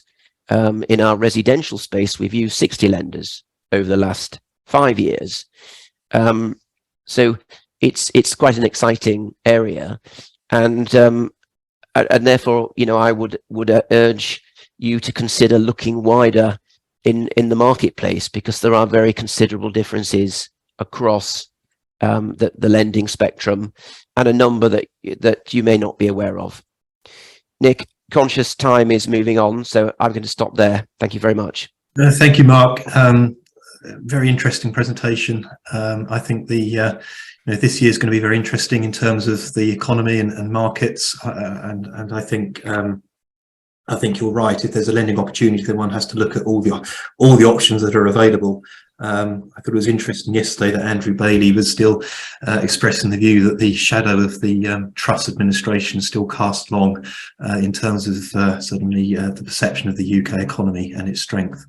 Can I just, before I introduce Andrew, we've had some really good contributions to the Q&A, which our panelists have picked up, and I urge you to read through those if you haven't already. But you know, do reflect on whether you have any questions and submit them to the chat for our panel, who will assemble after Andrew's summation of all that he's heard this morning. Over to you, Andrew. Thank you. Thanks, Nick. And firstly, yes, I'd like to thank all the speakers who've contributed to this morning's very informative virtual conference. And as you say, Nick, I'm sure that's prompted a number of questions. So I would urge everybody to use the Q&A option at the bottom of your screens. The title of today's conference is Navigating Change, Seeking Opportunity. And that is extremely apt for farming today. For a generation, we have been given a playbook by which to farm, largely in the form of the EU's Common Agricultural Policy. And basically, all we had to do was follow a set of rules of the different schemes, tick the boxes, and lo and behold, we would then receive the money. And as we are now only too aware, that has all gone. We've left the EU and we find ourselves, to be quite honest, I feel, in a bit of a void. There is no EU or DEFRA simple farming playbook, and that BPS check is fast disappearing. So we are now faced with a new landscape. It's a plethora of new schemes, initiatives, acronyms, of which we've heard a few today, options and opportunities. And all we've got to do is get our heads around all of that. We're embarking, what I would feel, is in a new era of farming. It's no longer focused on the sort of two-dimensional decision-making process regarding cropping options or basic livestock husbandry decisions. Like it or not, farming is a business, and we really need to reevaluate our farming businesses. And we've got to basically think beyond food production to what I would call food production plus, or a third dimension model. And effectively, what I'm saying is we have to look at all the assets within our business and at our disposal and try and understand how best to optimize those. And Will gave a fantastic example of a 200 plus hectare arable unit, and how they were literally looking at every hedgerow to see what the optimum policy was going forwards. Nick at the start highlighted the impact of rising costs and their direct impact on net margin, but more important, working capital. And again, we'll refer to the fact that we all know that cash is king. Businesses go bust because they run out of cash, not the profitability. And there is no escaping the escalating costs. For combinable crops, we are facing reductions in net margins, and I think potentially we are heading into a perfect storm, where we see weakening commodity markets due to price destruction. As we all know, the further reductions in BPS and continued high input prices. But it is important that we can hedge against some of this risk. Within Fram Farmers, we are seeing more and more members committing increased proportions of their crop into pools, as well as the day-to-day trading, to mitigate some of the volatility and risks they see in the commodity markets.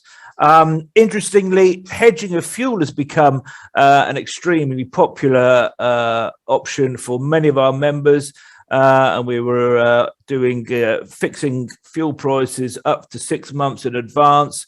And we did a 6-month fixed fuel price option back in January 2022, which has saved members in excess of 1.5 million for harvest 2022. too.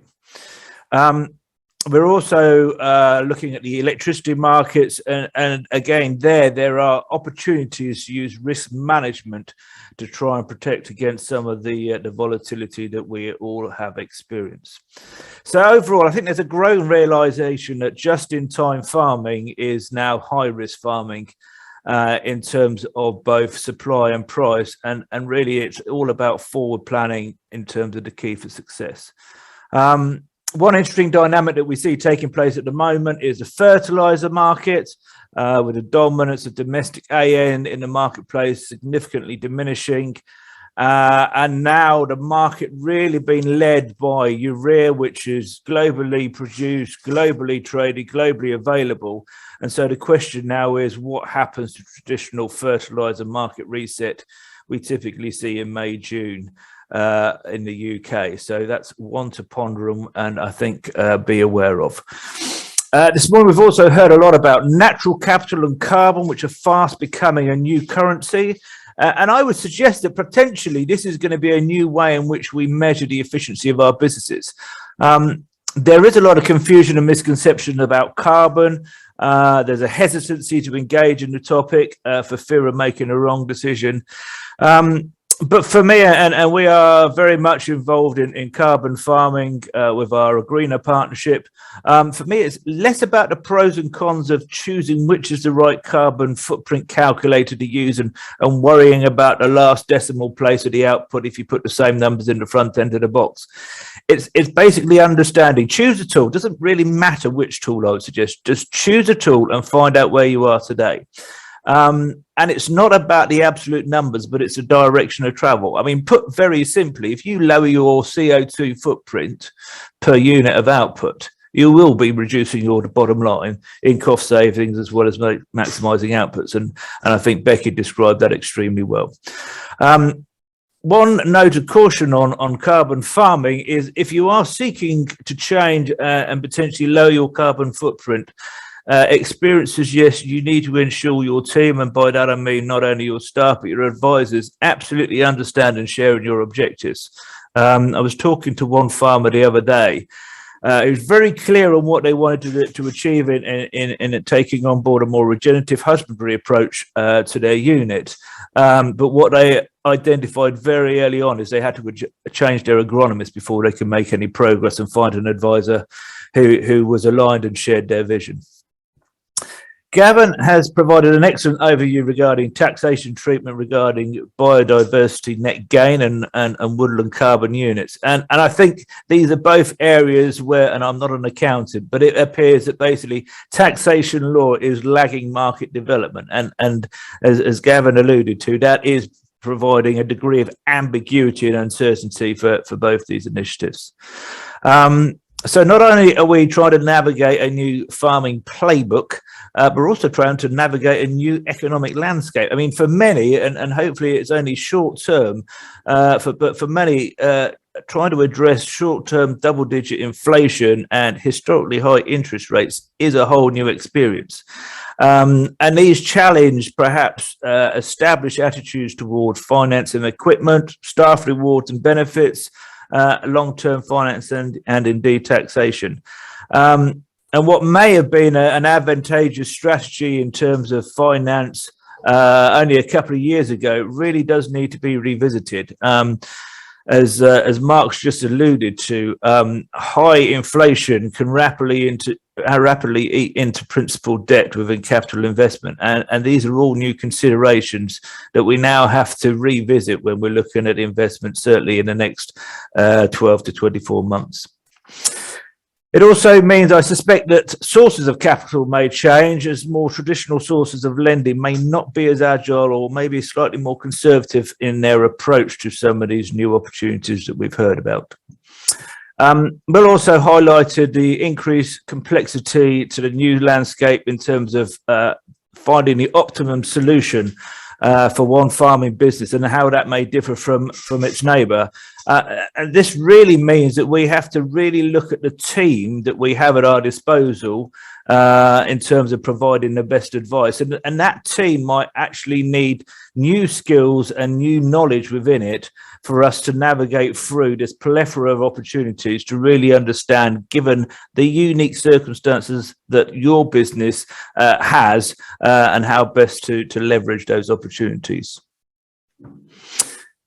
All this change and opportunities and the dilemmas does bring worry and anxiety. Farming is becoming a more isolated and solitary business, where not only we as business leaders, but our staff may feel more isolated. Mental health is not a fad born out of COVID lockdowns, but something which has challenged all of us for many years.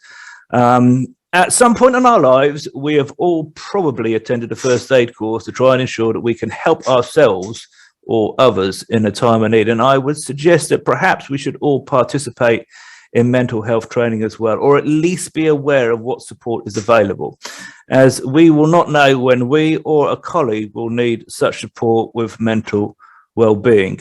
And I can say that at Fram, we have run a number of Yana courses, both for our staff and for our members, and they are truly first-rate and excellent. And perhaps what was most encouraging for me is a number of our members, having attended a Yana course, then asked Yana to run courses within their own business for their own staff. If nothing else, I would encourage all of us to think of how we can support Yana and similar organisations to continue to provide this much important service.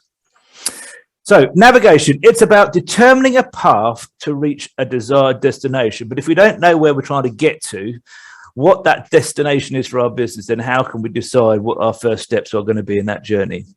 As we've heard today, there is no longer a simple playbook or pathway to follow. The objectives and the opportunities are almost unique to every farming business, determined by a multitude of factors and circumstances. So in conclusion, I would challenge everybody participating in this conference today to try and write down in a simple sentence, what are the 2 or 3 main objectives for your farming business that you want to achieve in the next 5 years?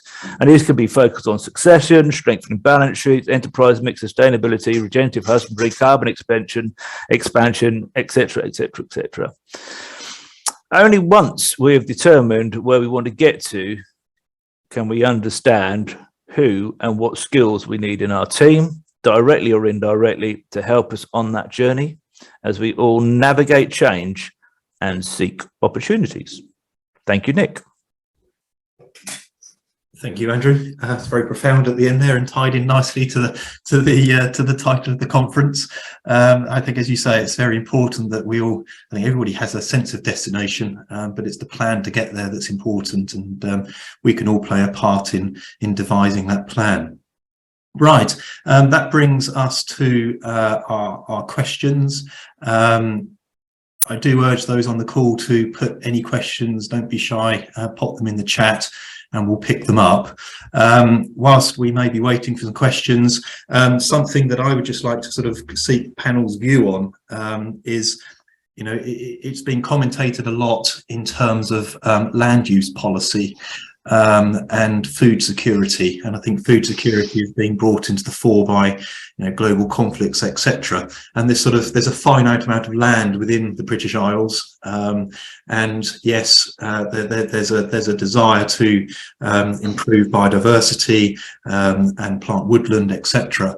But understandably, there's a perceived conflict to the ability to produce the food that we need as a nation, and I just wondered whether panelists have a view on that, and particularly, you know, reference methane being a greenhouse gas, and Becky picked on it in terms of livestock farming. There's a lot of narrative around that being detrimental to the environment, not least the land that's used by grazing livestock. And I'd just be interested to hear panelists' views on that particular topic. Who should I pick first? Perhaps I'll start with Becky. Absolutely. I mean, I think it's a really key and interesting point. I think one of the challenges that we have when we look at the opportunities for us in the future to you know, in our landscapes to deliver these multiple objectives, is that exactly as you say, we need to make sure that food production is a key part of that. And often we've had these very segmented discussions where we'll do the environment over here and we'll do food production over here, and never the two will meet. Very much, I think, if we're going to meet these challenges moving forward, they very much have to be integrally linked with each other. Specifically regarding livestock, you know, we know that actually especially our ruminant animals have been absolutely demonized recently in terms of their environmental impact. But if you go back to one of the things I was saying earlier, our ability to deliver climate solutions, and if we look more widely beyond just tree planting, because again, if we just focus on tree planting, we're very much making that binary choice between the fact that we will produce food here and we will produce carbon and benefits over there.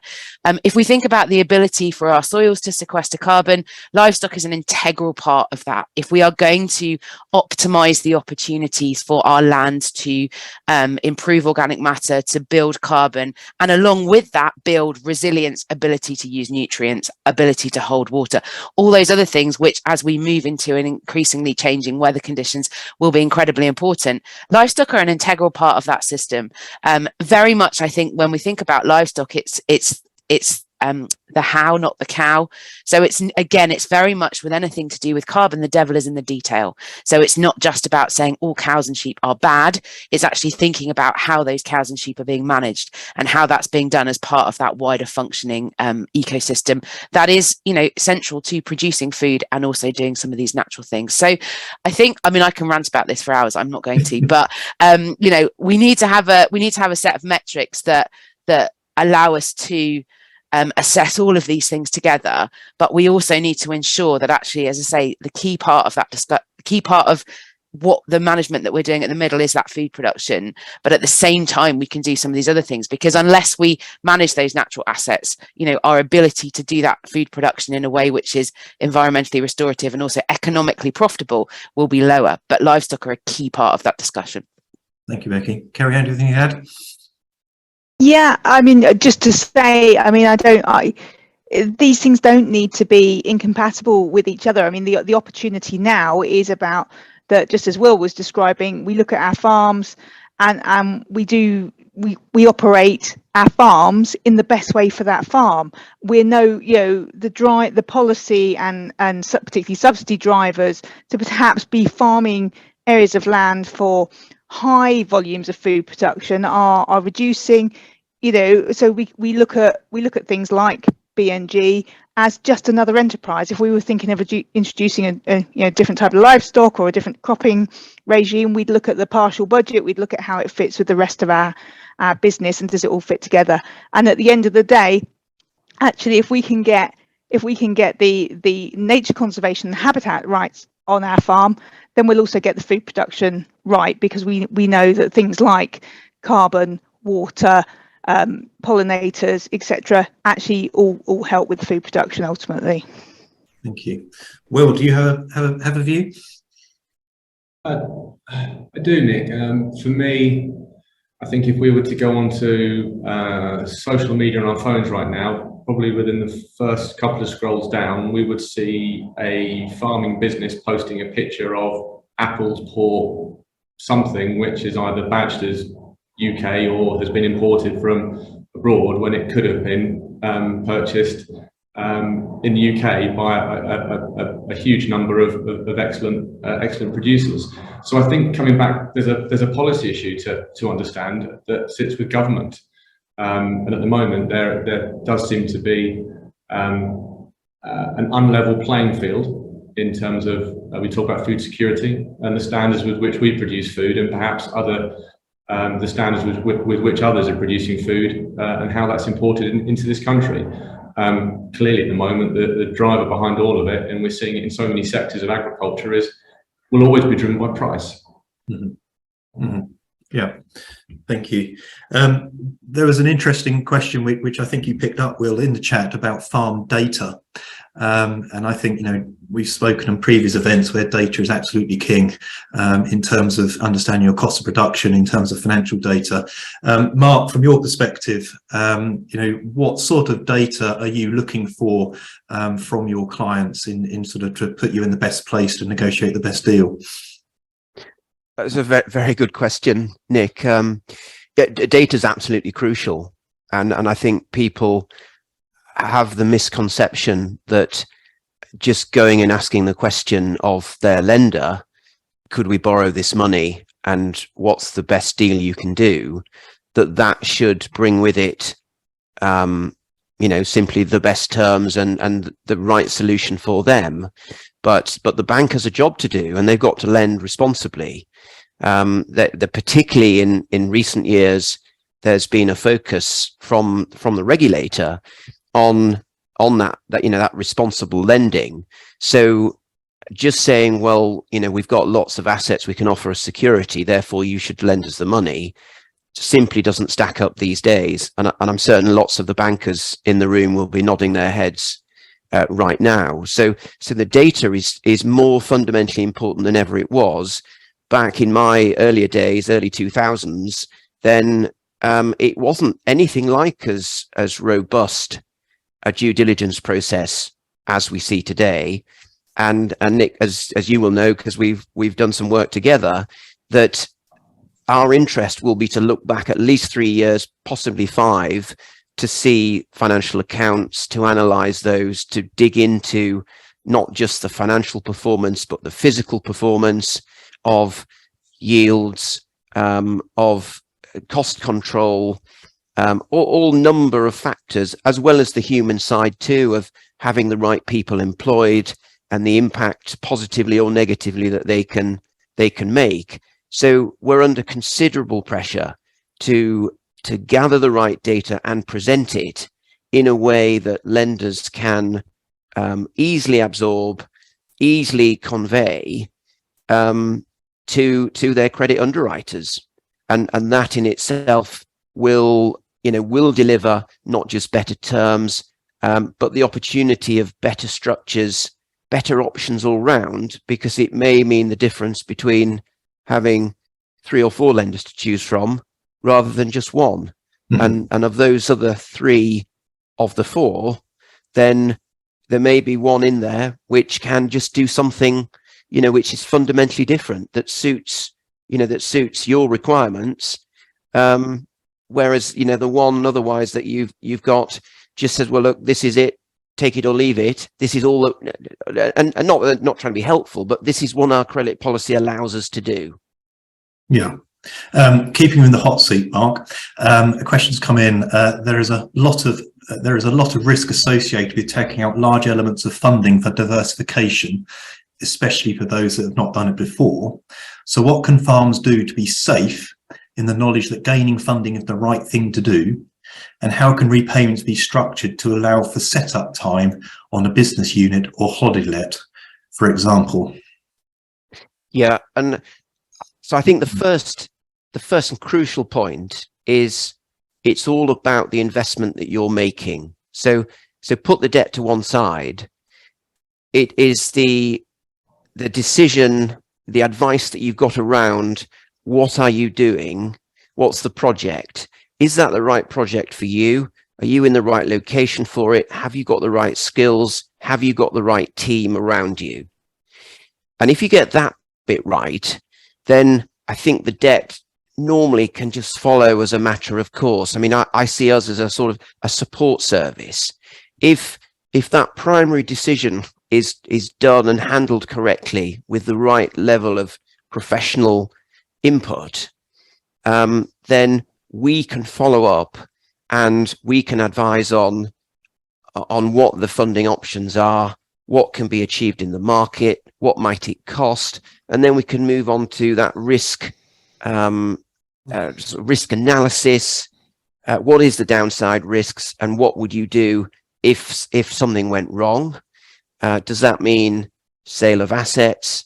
Does it mean introduction of other capital from other sources from within the wider family? So it's not just your plan A, but it's considering your plan B and C. In the work we do with the lenders, we're going to illustrate that anyway. We're going to ask those questions of our clients because that's really pertinent to any lender making any lending decision. The other risks, which of course can be addressed, are, if you need to know that your cost of of debt, your cost of capital can't exceed a certain level, then perhaps it is right to protect a proportion or all of your debt for a period of time. Maybe not too long, and maybe not too short. So maybe it's not a 3-year fix and it's not a 30-year fix, but maybe it's a 8-year or a 10-year or a 15-year. So fixing is one part, and then of course the repayment profile is another part, and addressing that final question, which is wherever there's a new investment, there's normally a bedding in period. And so we would normally be suggesting, even if the client's not asking for it, we'd normally be saying, should you be considering having a 12-month capital repayment holiday or 2 years capital holiday? Or in some cases, actually, we're saying, we don't think that you should be repaying debt on this. And that goes against some banks' credit policies, but there are cases like that. And I suggest to clients that they view debt as a part of their overall portfolio. They've got property assets, residential, commercial, agricultural. They may have other liquid investment assets placed with their stockbrokers, and the debt can form a part of all of that. And if it's a generational business that's been around for a few hundred years and is going to be around for a few hundred years more, then what is your focus? Your focus is on handing it on to the next generation in the best possible form. It doesn't mean that you've got to repay every penny of debt that you've taken out in your tenure. And by trying to do that, it can actually prevent you from taking other opportunities. Does that help, Nick? No, I think it does, and I hope it addresses the point that our delegates made. Your case study, I think many would have raised an eyebrow at 11% interest rate, and I completely understand the context. One assumes once that project, that leisure project, I think it was up and running, and the return could be demonstrated, the intention there would then be to refinance it. One assumes onto a rate that doesn't necessarily reflect the sort of the risk of the startup phase. Yeah, quite right. I mean, this is probably the sort of maturer end of the development phase. So very significant investments being made. The project itself will produce a very significant return when it's fully up and running and all systems are kicking out. The level of professional advice and guidance that's been taken over the period is really heartening. We've done our due diligence for what it's worth. We have absolute faith and confidence in the principals there. They're sophisticated people, got lots of business experience.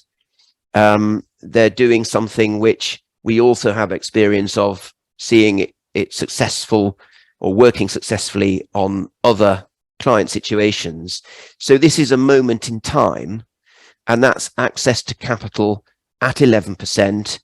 I don't know whether I did say that half of that is actually on a roll-up basis. So for that development phase, then the clients themselves are only needing to fund or to find the interest to support half of that 11%.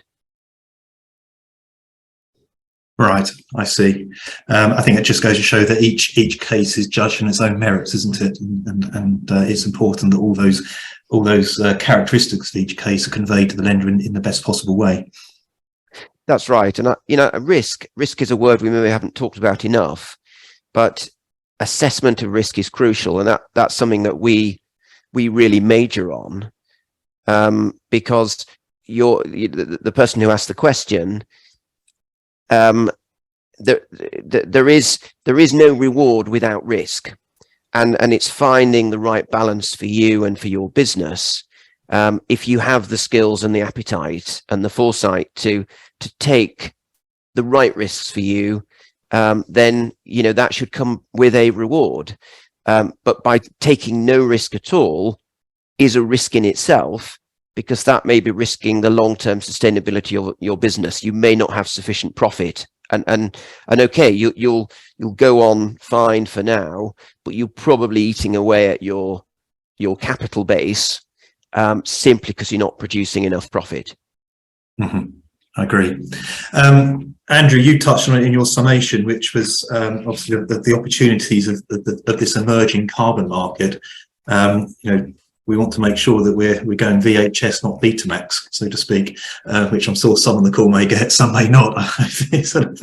But how do you think we can, safeguard against making the wrong or bad decision, as Will mentioned? I mean, we can do all we can to do to get as much information, but it's safeguarding and making that bad decision, because on various presentations I've listened to and contributed to around this emerging market, you hear these stories where people have been early entrants and very quickly realise actually what they thought was a lucrative arrangement is not necessarily maximising what they could have achieved. So do you have a view on that? Yeah, no, it's a very good question. I think every carbon seminar talk I've been involved in has asked this very same question, which is very understandable. I mean, yes, it has been likened to a Wild West for a number of years. If we separate perhaps the carbon market with regards to sort of plantation of woodlands from the more regenerative husbandry approaches, on that second one, I think that market is shaping and becoming defined very, very quickly. Very simply, most of the different schemes that are out there, you are not committed for more than 1 year. So that risk of, putting all your eggs in one basket, it has I think, largely diminished. And indeed, some of them you don't have to put the entire enterprise in. You can choose certain fields. So there's a lot of flexibility now coming in there. Most of them also have the options whereby if you generate some carbon credits, you can either trade those normally through the platform provider, or you can trade them yourself in an open market. You can perhaps sell them as part of a commodity contract. So if you're selling some grain, you can sell some carbon with that grain, depending on the types of contracts in the market, or you can retain them. So, you're not committed to crops. If I generate some carbon credits in 2023, I've got to sell them in 2023. It is fair to say, though, that we don't fully understand whether a carbon credit generated in 2022 is as valuable as a carbon credit generated in 2023. So that's one to watch out for. There are lots of intricacies regarding landowner versus tenant, etc., that needs to be addressed. And again, that's starting to shake out as it becomes more commonplace. The last thing I would strongly suggest is when people are looking at this area, if they are thinking about getting involved in schemes, it's all about who validates the schemes. There are Verra, VERRA, is becoming globally the sort of the blue chip accreditation scheme for carbon. And that's really, if you are looking at a scheme, then you really want to be asking the question, who is your scheme accredited with? There's the regulated and non-regulated market, and I would strongly suggest get involved in a scheme which has got that kind of accreditation, because that means your carbon credit is likely to be held most in the highest esteem and more valuable to potential buyers. Last one for me is only get involved in carbon as a icing on the cake. To generate carbon credits, you truly have to embrace and be loyal to change in husbandry approach. And that should be the driver, not I'm going to chase some carbon credits. It's the icing on the cake. It shouldn't be the driver for change, because if you just have an outlook which is to pursue generating carbon credits, I suspect it's not going to end well, because it's quite hard. And some liken it, certainly on the arable side, going through sort of regenerative farming approach. It's likened to going through organic conversion. Year one isn't too bad. Year two starts to get a little bit tricky. Year 3 and 4, you start scratching your head, wondering whether you've made the right. And then year 5, you then start to see actually those fundamental benefits in terms of soil structure, etc., etc. So, You need to do it because you feel that's the right way to manage soil and to grow crops. The credits are the icing on the cake. That was a long answer to a quick question, wasn't it, Nick? Thanks, Andy. I could see Will nodding during some of what you were saying there. Becky, anything to add? You're sort of here with your sort of carbon expert hat on. No, I think those are all really, really valid points. And again, I think Andrew summed it up really well there. I think go in with your eyes open. I think understand where it might help with what you're trying to do anyway. But certainly make sure you've got a good fundamental, understanding of what's possible, and look for impartial advice. There is impartial advice out there. We've written a couple of articles on things to think about if you're considering going into the carbon market. They're all freely available on our website. Super, thank you. Well, there's no more questions in the chat. I thought I'd just close by saying last year I bought George Monbiot's Regenesis book to sort of read up and improve my understanding and knowledge, having seen a lot of hostility on Twitter about some of his views. And I purchased that book from an independent bookshop in Tetbury. And I was chatting to the bookseller because he was interested in my interest in that particular book of all the books in his store. So I shared my interest. And he explained to me that the sort of Independent Booksellers Association held a sort of an evening with George in Stroud, I think it was. And he said it was a very well attended event. And there was a lot of interest, but the mood of the room turned quite significantly when he pointed out that Waitrose grass-fed organic beef is the worst possible thing for the environment, which I guess sort of shows the conflict between our desire to look after the natural environment, but actually what we want to eat doesn't necessarily coexist with that mission. Anyhow, it leaves me to thank all our panelists for their contribution this morning, thanking you for attending. I very much hope that you've got something out of this seminar. We certainly covered a lot of topics, and I appreciate all our panelists sticking to time so that we're broadly where we want to be. I think this is the 5th or 6th year that we've held our January conference, and the fact that we have well over 100 registered delegates shows that we're doing something right. But I genuinely would appreciate your feedback to ensure that we continue to provide information that you need at a time of such uncertainty. Thank you for attending. Thank you to my panelists. That's the end of our conference. I wish you all a good day. Thank you very much.